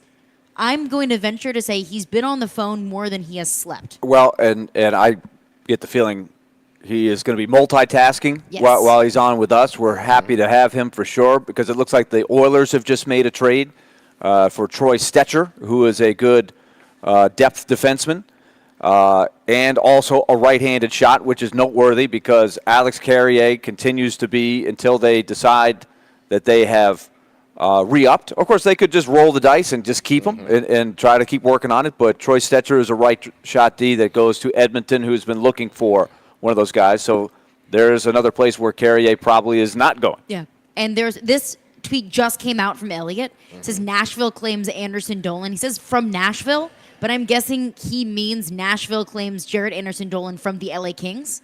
This was just put out like seconds ago. I think that's probably what Elliotte is out doing, is reporting that. So if that is the case, again, could be a typo here from Elliotte. It says Nashville claims Anderson Dolan from Nashville. I'm guessing he means claims Anderson Dolan from LA Kings. If that is we'll look the up truth, his stuff. I honestly do not know a whole lot about Anderson Dolan, but let's take a look. He is a forward with the Kings, and Elliotte Friedman joins us now. Elliotte, if I am seeing this right, you are multitasking on with us, which we appreciate very, very much, especially on a day as busy as today. You tweeted out that Nashville claims Jared Anderson Dolan. What's the latest on that? Well, you guys claimed him. He's a he's a forward from the Kings. He was a second-round draft pick. He has not been the hugest scorer in the NHL, but I could see. Okay, I'm just looking at today's waivers list. I could see, I could see why Nashville would like a player like that. He's the kind of guy who plays pretty hard. He can check a little bit. He's like I said, he's a talented guy. He's a talented guy, but he hasn't scored at the NHL level yet. He plays a hard game, and I could see why the Predators would be interested in a player like him. You have done that a lot this year, looked at players who maybe were higher picks or had higher pedigrees, and hadn't worked out in other situations, and you guys are giving them a chance to see if they can find a home at a new situation. So, that's kind of the way I think it looks for you guys. So just to clarify, that's a claim, that is not a trade.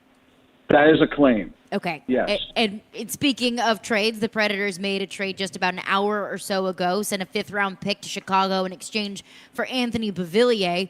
What are the Predators getting? What do you make of that move? And, of course, we now see this waiver claim of Jared Anderson Dolan, but do you expect any more trades to come down the pipe from the Nashville Predators? I wouldn't be surprised. I think that I wouldn't be surprised at all. I think that I've wondered about a guy like Trennan. If you don't get him signed by the end of before the deadline, I think that he is a possibility. I've wondered about Carrier. If you don't get him signed by the deadline tomorrow. Sorry, guys, I'm doing like 9 things at once. So those are a couple of the guys. Like, I've wondered about Tyson Barrie. I saw Barry's quotes today. Obviously, you guys have been trying to find a new home for him for quite some time. But those are the kinds of players I've wondered about. Like, if I look at you guys right now, I mean, you traded for Beauvillier, who Barry Trotz knows really well. I'll tell you a funny story about Beauvillier. is that there was a few years ago when he was a member of the Islanders, and he did like a pretty famous shout out on Twitter to Anna Kendrick. And so it was over the short Christmas break, I think, and they were playing in Toronto right after the break. And everybody was talking to him about it, and he was kind of laughing. And I said, just out of curiosity, what did Barry Trotz say to you about your shout out? And he said, he looked at me and he said one thing. Well, did you get an answer? And he said, and he said that, and he really liked Barry a lot. Beauvillier would talk a lot about how Trotz had really helped him out. And I'm not surprised that Trotz would take a shot at him. He's had a tough year, but he's talented. Like, there's no question the guy has talent. So I'm not surprised they would go there. Anderson Dolan, like I said, second-round pick, hasn't scored the way I think everybody kind of hoped. But, again, another talented guy. So when a team acquires these kinds of people around the deadline, I always think there's something else coming. Now, the one thing to recognize here about Nashville is after the trade deadline on Friday, your roster can be as large as you want. It has to be under the salary cap, but you can go above 23 players. So Nashville doesn't necessarily have to do anything, but I look at this and think, okay, if they don't get something done with a guy like Trennan, it's very possible something's going to happen here.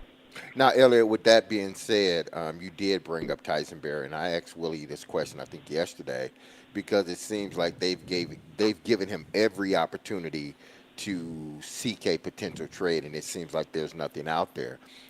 With the addition of the players that they added today, where does that leave Tyson Barrie? Well, look, I think that it's the same thing. I think they would really like to find a home for him.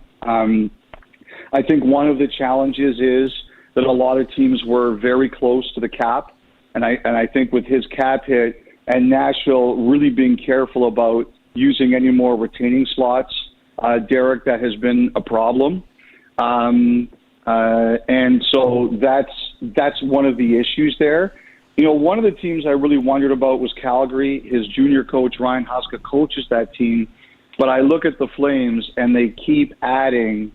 They keep adding defensemen. So it just seems it's going to be like the way they're adding D. I don't know if that's still a fit, although it's never bad to have veterans. They've had a lot of younger D or D with not a lot of experience, like the player they traded for yesterday from Vegas. He's 26, but he hasn't played very many NHL games. I just look at the number of spots, and I think it's going to be, unless they really want to add someone with experience, I see less spots there. But I just think, Derek, the biggest challenge for Barrie is, you know, Nashville's being careful about retention, and Barrie is in a place where he has a big salary at a time where everyone's really tight. We're talking with Elliot Friedman, 32 Thoughts podcast. Now, Elliot, what is it like for teams like the Nashville Predators during this period of the season? A team that is fighting for a wild card berth, that is doing really well, but also there is, you know, they could use some help at certain spots on their roster. What is it like for teams like that? Well, I think the one thing is, like, I think what has definitely happened is that the Predators players are seeing that Barry Trotz is keeping true to his word. Mm-hmm. He hasn't torn down the team. He has not done that. And, you know, who knows what's going to happen in the last 25 hours between today and tomorrow. But what I look at right now is that he hasn't rushed to dismantle anything. You know, the big one, they got Tommy Novak signed. Like, you'll remember a week ago, that's what the one thing we were really talking about, Derek. They got it done. I think when you know, they probably could have traded and got some nice things for him, but they got it done. And the players respect that. Look, Saros, you know, there was this whole question about what they were going to do with him. It certainly doesn't look like he's going anywhere, and the players notice that. I think they just added Beauvillier, a scorer, and, you know, the players notice that. You know, for everything that might potentially go out, there's something coming in. And I think, you know, we'll see what happens with Carrier over the next 24 hours. We'll see what happens with Trennan over the next 24 hours. And Carrier would be a big loss if he goes. He's a really talented kid. But I think in general right now, what Barry Trotz is showing his players is that he's trying to make this a net even or a net positive.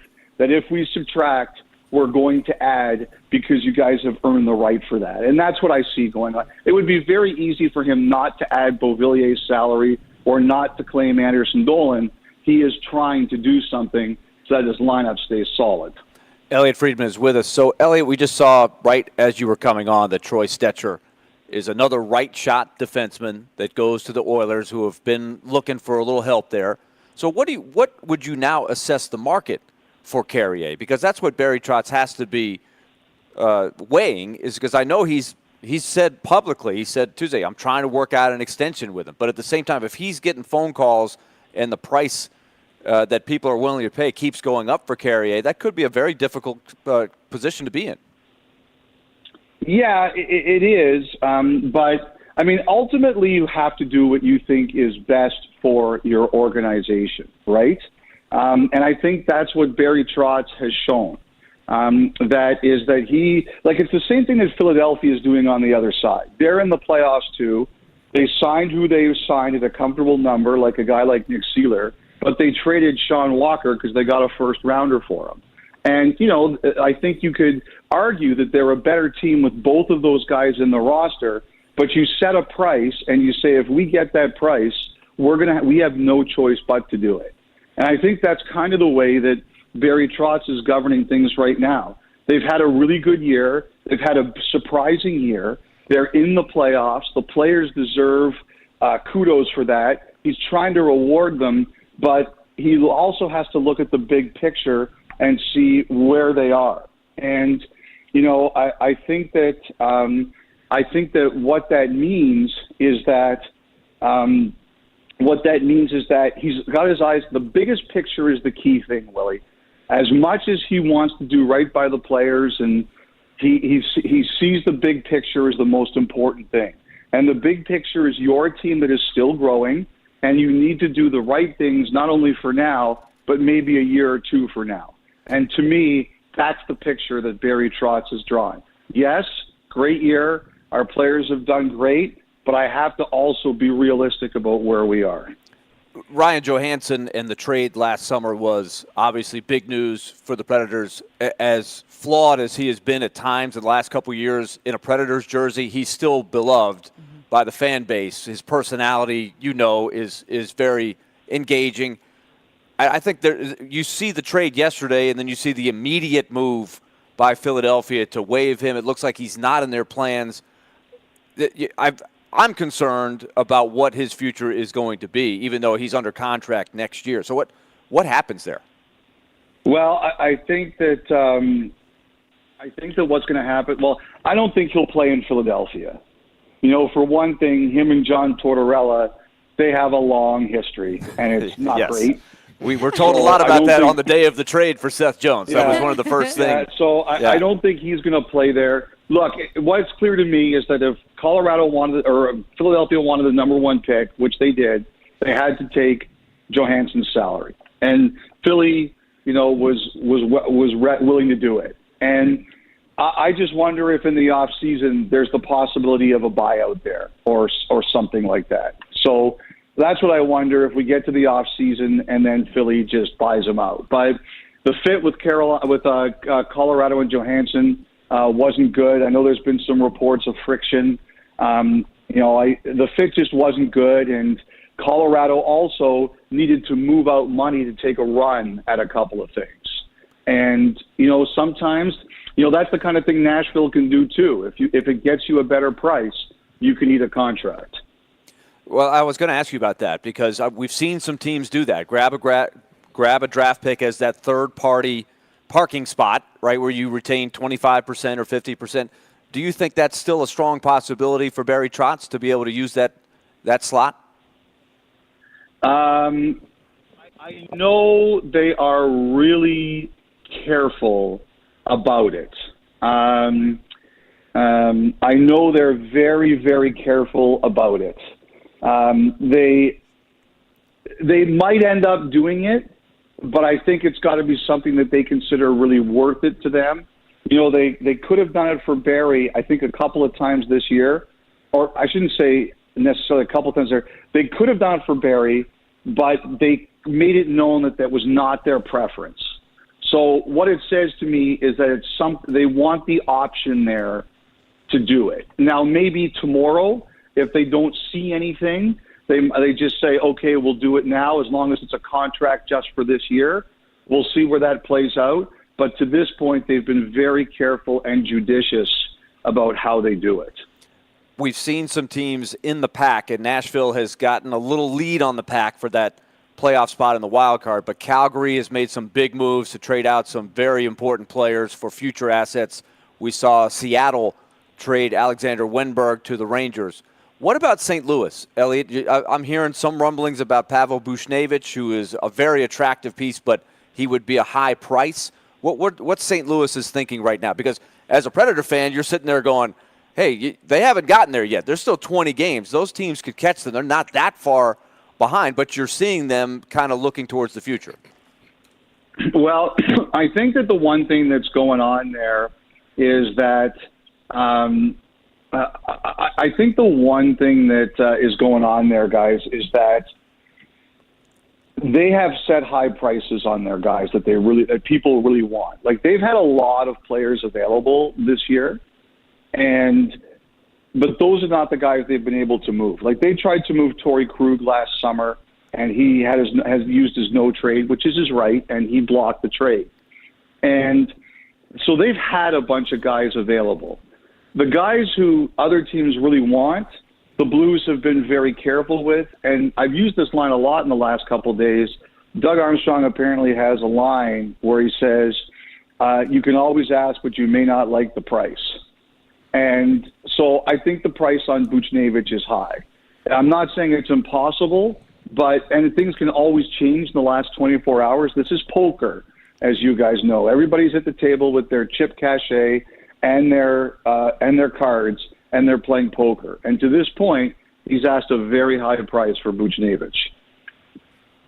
Elliot Friedman, 32 Thoughts Podcast and Sportsnet. Elliot, I see you throwing things out there into the Twitter sphere as you talk to us. We appreciate you for taking the time on such a busy day, as always, and for bearing with us a little bit today. Please, Elliot, water, caffeine, sleep. The balance of all. Balance of everything. I know that's a tall task today, but we really appreciate you for joining us.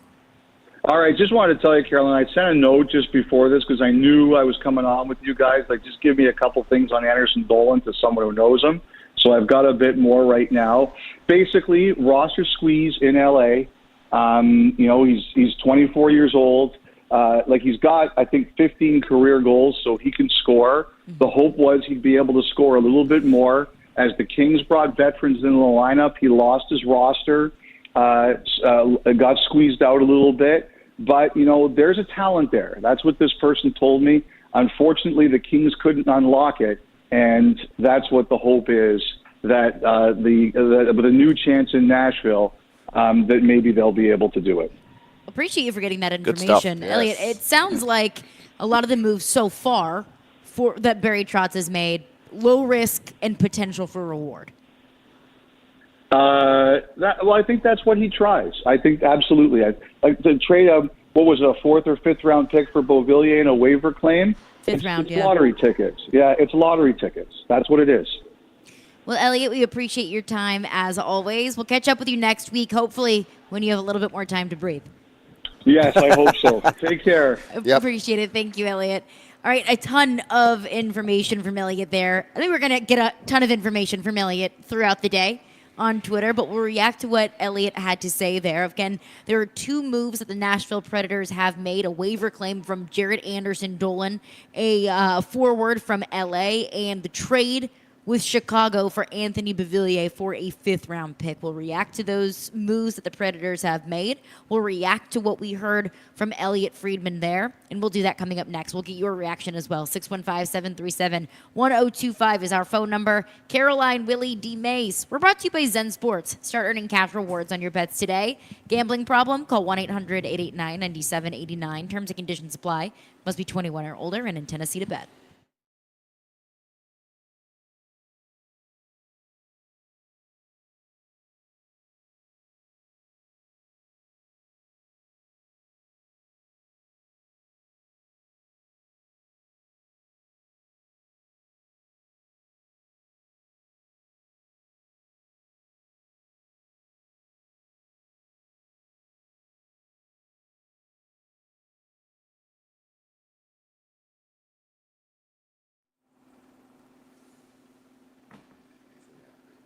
said that?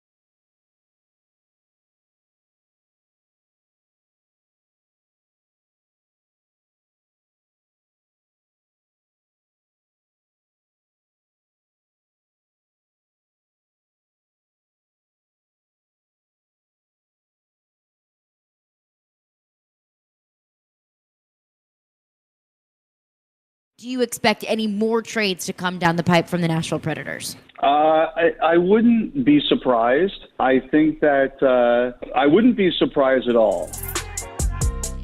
T. There from Elliot Friedman, 32 Thoughts Podcast and Sportsnet. Appreciate him for stopping by on probably what quite literally is the second busiest day of his life. I think the busiest day of his life is tomorrow, on the actual day of the NHL trade deadline. The Predators have made 2 moves so far. First, a trade for forward Anthony Beauvillier from the Chicago Blackhawks. The Predators sent a 5th-round pick to Chicago, and they claimed Jared Anderson-Dolan off of waivers, most recently with the LA Kings.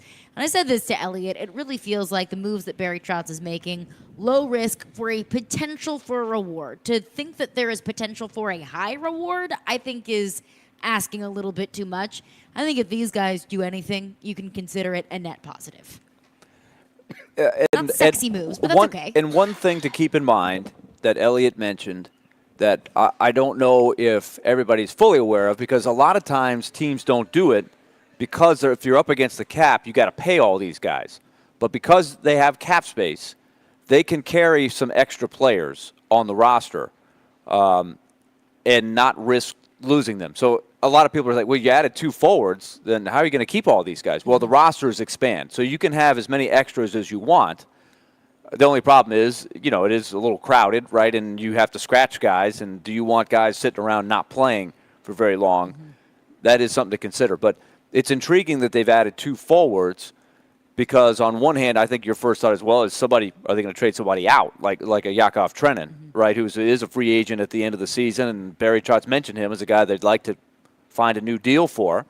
But at the same time, if somebody knocks your socks off and says, we'll give you a second-rounder for Yakov Trenin or something like that, then is that something to consider here? So it may go down to the wire for a couple other things on the plate. But in the meantime, it is noteworthy that they have added a couple of pieces here and not subtracted as of yet.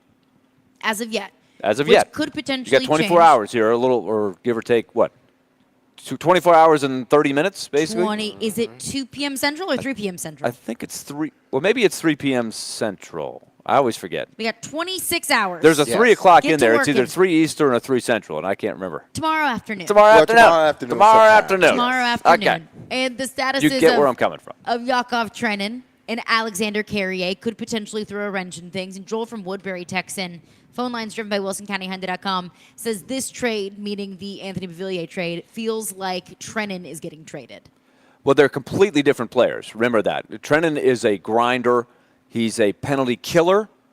He's a big, strong hitter. He's a checker, right? He is a guy that's a defensive-minded player who's going to chip in 10 to 15 goals in a given year. He's a secondary scorer. Beauvillier is more of a skilled, smaller player. He's 5'11". I don't know if he's a speedster, but he's a skill guy, right? He's a guy that you're hoping to score. Mm-hmm. So they are different profiles. So I don't think it's an exchange one for the other in the role. I can see them both in the lineup, as I mentioned a few times this week, right? If I were to envision, you could keep Trenin's line the same. The checking line they've got right now is Glass, Sissons, and Trenin. They've been playing well. You could throw Beauvillier into Jankowski's spot and have a little more of a skilled line with Beauvillier, Evangelista, and Novak. So this is put out by Pierre LeBrun. Of course, the Predators are working on deals with Yakov Trenin and Alexander Carrier, and this was something that D-Mase and I were talking at the top of the show. We know that Barry Trotz said, I'm not going to lose Tommy Novak for nothing. I know that Barry Trotz probably wants to keep both Yakov Trenin and Alexander Carrier. He said on our station, on Jared's show, Alexander Carrier is a Nashville Predator. And for that to come from Barry Trotz, that means something. But if they can't get a deal done with one or both of them, Alexander Carrier and Yakov Trenin, do you think that it's the same kind of idea of, look, I'm not going to lose these guys for nothing? Or it's we couldn't get a deal done before the trade deadline, we'll hold on to you, and we'll revisit these contract discussions in the summer? Because it does sound like, from Pierre LeBrun, the market's heating up for Yakov Trenin. I think we know that the market has been at least interested in Alexander Carrier. Yes. So it goes back to that central question is what's the deal on the table for an extension? And is that a, quote, a team-friendly deal? Like, because does this put you in position to keep these guys on the roster for the next year or two, however long the term is, and still have the room to elevate who you hope is ready to play in the next couple of years from Milwaukee, right? That's an important question. You don't want to block guys, right? Jared asked that question directly to Barry Trotz, and he thinks there is room for Carrier in particular. How much does it cost to keep them around? And do you just get knock you out of your chair kind of offer for either one of those? I don't see that happening for Trennan. I think you could get a third or a fourth, something like that for a Trennan. But if knock you out of your chair offer is also kind of relative. Like a knock you out of your chair offer for Trennan, I think could be a first. Which is not a knock you out of your chair offer for whoever else. I cannot imagine somebody offers a first for Trennan. I could be wrong. Now, Carrier, because of his unique skill set and teams going all in, would somebody maybe overpay for him? And I don't know if that would be a first, but maybe it's a second, or maybe it's a second and a fourth, something like that. It could have you a little bit of a pause there. But I think the X factor to remember, but Barry Trotz has said, they're both homegrown guys. They're both guys that they know. They've known since they were 18 years old. They've been in the system a long time, so they kind of know what they're getting from both of them. And so I think that has me leaning towards they're gonna keep them until otherwise. I'm not going to say I would be surprised, but my leaning is that I'm leaning that they are going to end up signing new deals with the Predators. That's how I feel before now. Tomorrow? Both I of think them so. Before the season, before the trade deadline, or are you just talking about period? I think one of them. I really think they're going to try to push and get Carrier signed if they don't trade him here. Trennan, I think you could float until the end and then see what goes on in the summer. That's just nobody's told me that. That's just how I kind of look at their value. Because Trennan, I don't think is going to get a huge raise on the open market. Carrier, defensemen are hard to find that have that kind of experience. He's going to get a decent raise. And so if he hits the open market, I think he would get paid pretty well. And really the first move that kind of kicked all of this off, it was the Ottawa Senators trading Vladimir Tarasenko yesterday, and that was kind of the first domino to the Florida Panthers. That was the first domino. The second domino we saw was the Ryan Johansson trade. And this was telling to me of how the Colorado Avalanche felt about Ryan Johansson. They trade Ryan Johansson to Philadelphia along with a first-round pick. And minutes later, it was announced Philadelphia is releasing Ryan Johansson. That it was just like, can you just get him off our hands, please? We'll give you sending him to the a minors. first-round pick. And now he's in the minors. And they could keep him on the roster and not play him, right? But they're not even doing that. They're sending him to that. That's really amazing. Do you to me. think his career is over? It reminds me a little bit of the Russell Wilson discussion we had with Tim Hasselbeck. I think Ryan Johansson will have the choice of sitting back and getting paid, because he is going to get paid.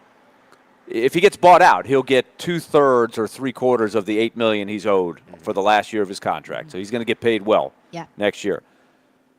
His other choice, so he could just be done. He's made a lot of money in the league and go from there, start the next part of his life. The other choice he will have is to probably take a very low contract, maybe $1 million, and try to latch on with the team and play for another year and go from there. I think he's I remember when the Predators picked up Mike Ribeiro. They picked him up on an absolute bargain. Jared just laughed out loud. He was one of the first to get bought out by a very angry Arizona organization that said, this guy's a bum. We don't want him. Get him out of here. We'll pay him to get out of here. The Predators picked him up from the bargain bin for $1 million. And he turned out to be, they got a season and 3/4 of really good play from him. I mean, really good when they needed somebody who provided what he provided. So you never know. So that would be Ryan Johansson's market value. I'm already getting paid. In fact, Mike Ribeiro used to walk around with 2 paychecks. And he would look at he's like, Joke's on you. Arizona, here's my check from Arizona. His check from Arizona is a lot bigger than this check from the Predators. But he got it, right? Yeah. He got the money. So Johansson could do that. Scott Hartnell was brought back here after being, so he was double dipping. So that can work to a veteran's advantage if he's willing to be a role player. But he's got to be worthy once he gets into training camp, he's not going to be handed a spot, right? He's in that stage. He's going to have to earn it, work it if he gets in there. And because I thought there is going to be a team out there that thinks that they could be a Ryan Johansson away from pushing into, to making a push in the Stanley Cup playoffs. That, look, if we just get one guy on the cheap and he can be a third or fourth line player, we have a little bit of depth, we can have some scoring, and it'll be super cheap. Like, I did figure that there was going to be a team out there that felt that way. But everything that we have seen, whether it's from Colorado, handing Philadelphia a first-round pick, like, look, we just want him out of here. Philadelphia immediately waiving him. Seeing some of the stories that have come out about Ryan Johansson in the Colorado locker room of he hasn't been a good team guy, that a lot of his relationships have started to create some friction, that he was basically just a bad locker room guy. Like, some teams might look at that and say, look, you could provide us in-depth scoring, but we don't really want to get in on that sweepstakes. We don't want to deal with you, because it sounds like it's dealing with Ryan Johansson as of late. I don't think he is a bad locker room guy. I think he is a very well-liked person. Mm-hmm. But when you look at what Colorado is about in their locker room, Nathan MacKinnon is a nut for fitness. He is a nut for diet. He runs the team's programs. Like, here's what. Yeah, there's a little bit of that. It's some maniacal stuff. Like, this is what we're doing. We're not eating candy, or whatever it is. Like, there's been some stories that have come out. So he is wired that way, and he is Nathan MacKinnon. He's the man. Mm-hmm. Everybody is following in his path. Ryan Johansson is the opposite. Remember the Seinfeld episode, the Bizarro Jerry? the total opposite of the guy. That's Ryan Johansson's walking in there. He's happy-go-lucky. He is not Mr. Fitness, right? Never has enjoyed that's his reputation. And they play fast. They play up-tempo. So I think I was a little bit wondering, how is this going to work when they brought him in? And obviously it hasn't worked. Like, his personality, his style of play has not matched with how they roll things. That does not make Ryan Johansson a bad teammate, a bad person. I think anybody would tell you in this Predators locker room, he's a great guy. They love Ryan Johansson. But does he get on your nerves a little bit because he's not so dead? He's not, high strung. It's like, I got to be in shape. I'm going to go out there, play hard every night. It's not naturally in his DNA. Well, you get frustrated because you see the talent. Yes. There's more left on the plate. Exactly. And you just don't get it. We have a bunch of texts in our text line with the same question. How does this affect the Predators' buyout of Ryan Johansson's salary? There's been I haven't gotten clarified. In fact, if Elliott were in a little different place, right, I might ask him there. Jared is saying no. My understanding because the Predators are still on the hook for $4 million. That they bought out half of his salary, and that Colorado would pick up the other half. It's my understanding that Philadelphia is now going to eat that extra $4 million that he has left on his on his yearly salary. I saw two different reports. One was it doesn't affect it, and one was if they buy out the last $4 million or the last year of the contract, that there is a small portion. Either way, Nashville's still on the hook for one more year of Ryan Johansson. If it's not $4 million, it's very close to $4 million. So it's not enough to move the needle either way. And so Jared's saying he's checked it out, and it's still $4 million. It's $4 million. It is something to be aware of. Mm-hmm. With $4 million on Johansson that they owe him, the cap goes up next year, but the price of the Duchesne buyout goes up next year as well. So they're off the top. They're losing. I did it. I looked at it last night. 11 million for next year, because they still owe Turris $2 million. Ekholm $250,000. So it adds up a little bit. But it's higher the next 2 years. The Duchesne buyout in particular is more expensive. That's when they're eating most of the money, more than they're eating this year. But they have more cap space because the cap is going up. I think it's $4 million well spent, because you were paying Ryan Johansson $8. You now are paying Ryan Johansson $4, half of his salary. You're paying Ryan O'Reilly $4.5. Are you going to spend $8 million on Ryan Johansson, or $8.5 to not have Ryan Johansson and have Ryan O'Reilly? Give me the second option. Yeah, and look, someday, I don't know what Ryan Johansson has done with his, how much he's looked at life after hockey. Yeah. I think Ryan Johansson would be an awesome ambassador in this city someday, doing something, for the team, or even media-wise. Like, I think he is that engaging and popular, but we'll see what the next chapter holds for him. I think we all looked at that trade yesterday, and when that had to hit hard for anybody that knows him. Like, ooh, they're not even giving him a shot over there. Yeah, 2 years ago to be an $8 million player, and now you're in the minors. That's a bruise to the old ego, to anyone. I don't care who you are. All right, 615-737-1025 is our phone number. We'll wrap it up with some of your thoughts, your reaction to the NHL trade deadline, and everything is on the table. Your reaction to our conversation with Tim Hasselbeck, our conversation with Elliot Friedman, and our reaction to some of the NHL trade deadline moves that are now coming down the pipe. We'll get into that coming up next. Caroline, Willy, D-Mase. We're broadcasting from the Spring Hill Heating and Cooling Gabe Nashville studios, keeping your home feeling comfortable all year round.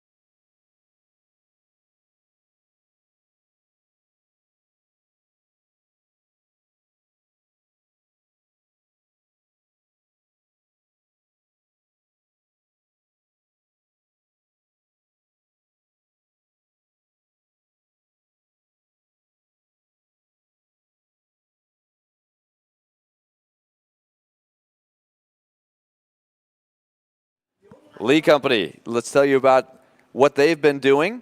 They've been sponsoring Nashville Predators hockey and their coverage here on 102.5 The Game for a good long time now.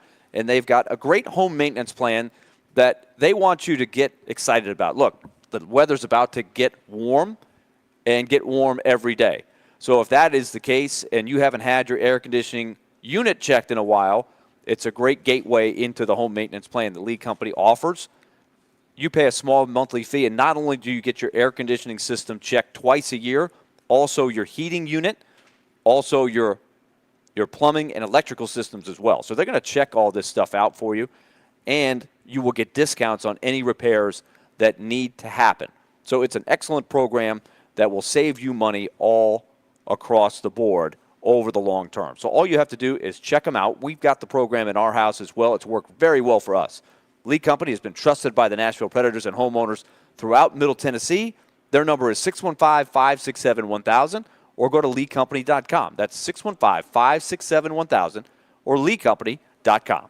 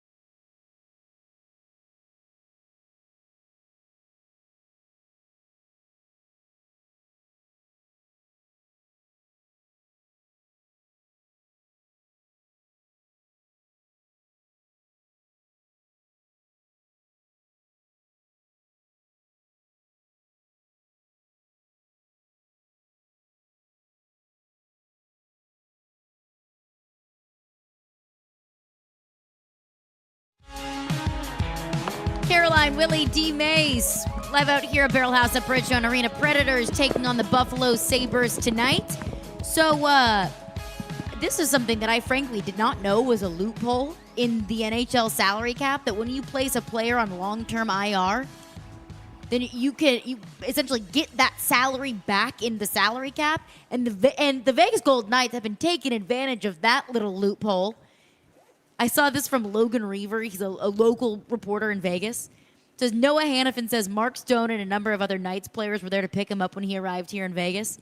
Mark Stone healthy enough to pick up a new teammate from the airport. Your spleen Not healthy feeling enough all to play right there, hockey. Mark? Yeah. Oh, wait, were you using crutches, Mark? Yeah, they have worked it as much as you can possibly work it. Now, 2 years ago, And they look, tried hey, to work it, go ahead, and they missed do the it. playoffs. The injuries were so much that they had no depth, and they missed the playoffs Mm-hmm. because of it, and the Predators got in, probably with an inferior team if everybody was healthy on both sides. And then last year, they rolled the dice on that same thing, and it worked. They brought Mark Stone back for the playoffs. They acquired Barbashev from the Blues, another player or two, and they had a loaded team, and it worked. Tampa Bay has worked it to perfection. The first team to do it was the Blackhawks in 2015. Patrick Kane broke his leg, and you're thinking, oh, man, maybe they're beatable. The Predators finished ahead of them in the standings and had home ice advantage in the first round of the playoffs. But what happened? They traded. They were up against the cap. They traded for a couple of guys. One of them's name was Antoine Vermette. I'll never forget, because I'm thinking, well, they got Vermette instead of Kane. But then all of a sudden, Patrick Kane, he might be healed. He's okay. So they got It's a Vermette. They miracle. added with Patrick Kane's salary, which is huge. And then they got Patrick Kane back for day one of the playoffs. So I have always had a problem with that rule, because I think it creates a loophole. But a lot of teams now have worked it. Vegas is the villain that's pulled it off. Yep. Nobody likes Vegas, but The new that's the kids on rule. the block. I can't blame them for using the rule to the advantage. Look, the question is, why does the rule continue to be like this? It's not right. If you found a loophole and you can work it, do it. Like, more power to you. It's just very interesting. Day one of the playoffs, and miraculously, Yeah, I was feeling better. you're He's healthy? feeling pretty good. Huh. Yeah, Hey. yeah. That's My spleen crazy is healed. It's good. how that works. Yeah. Thank you, modern medicine. My Hey, goodness, what a he quick, went- miraculous turnaround. He went somewhere and healed up, Crazy how that works. We did Aaron Rodgers cage yes. or something. Yeah. Yeah. Aaron Rodgers healed himself in 3 weeks. It's the he no ayahuasca longer had effect. a Achilles heel tear. Yeah, just An Achilles miraculous tear. how that works. All right, the NHL trade deadline is tomorrow at 2 p.m. Central, and the Predators have made a couple of moves. They made a trade with the Chicago Blackhawks. The Preds will acquire Anthony Beauvillier from Chicago in exchange for a 5th-round pick. The Predators also picked up Jared Anderson Dolan off of waivers, most recently with the LA Kings. Want to get into your reaction on that? Our phone lines are driven by WilsonCountyHyundai.com. Adam in Portland is on the line. What's up, Adam? Hey, Caroline. So let me ask you three. So, all right, I'm going to the game tonight. Super excited about it. I don't know who Beauvillier is. I don't really care. He's probably not going to make waves, man. I looked up a little bit, first round pick, whatever, back in the day. We've seen how that works out, getting first round picks that bust somewhere else. So, all right, so I'm actually excited to see what the team does tomorrow, and I feel like it's interesting that 2 weeks ago, of course, we were all like the worst kind of depressed about the team. They go on the heater, and then they lose the way they lost the other day. So I'm curious if you guys think that we should make moves, and like if we get throttled by Buffalo tonight at home, does that change your opinion? If we beat Buffalo really bad at home, does that change your opinion? I'm kind of curious what y'all think. Thanks for your call, Adam. And losing the way you lost the other day, you lost off of the craziest bounce. Like, it was, I can't look at that and say, well, you just got your butt whooped by a bad team, because I don't think that's what it was, nor do I think that the game tonight, win or lose, should impact what Barry Trotz does at the trade deadline. I don't think it should, but I believe they need to win just to continue, on this pace of staying ahead of You need to win tonight. the teams that Yeah. are behind you and sort of get in front of Vegas. But yeah, I mean, listen, I said it, the other night. They played well enough to win, but also bad enough to lose, and they end up losing that game in overtime. I think this is going to be a tough game tonight. Buffalo is playing very well, 5-2-1 the last 8. They've beaten Vegas. They've beaten Tampa. They've beaten Carolina. They've got a ton of talent. A lot of people think the light is starting to go on a little bit. They had a bad start to the year. They did play last night in Toronto, so they had a long road trip. They took Toronto all the way to the end of overtime and held Toronto down. They've been playing some good defense, Buffalo has. So this will be interesting. So with the two guys coming in, it does have me wondering, is somebody going to go out? I don't know who it would be, but it just has me wondering. They don't have to move anybody out because the rosters expand, but you do wonder what's going on, the wheels turning with Barry Trotz. The wheels are turning. Yeah. The phone calls are being made. That's going to do it for us today. We'll be back tomorrow at 11 a.m. Stillman & Company's up next. Be love and love on your people. Peace.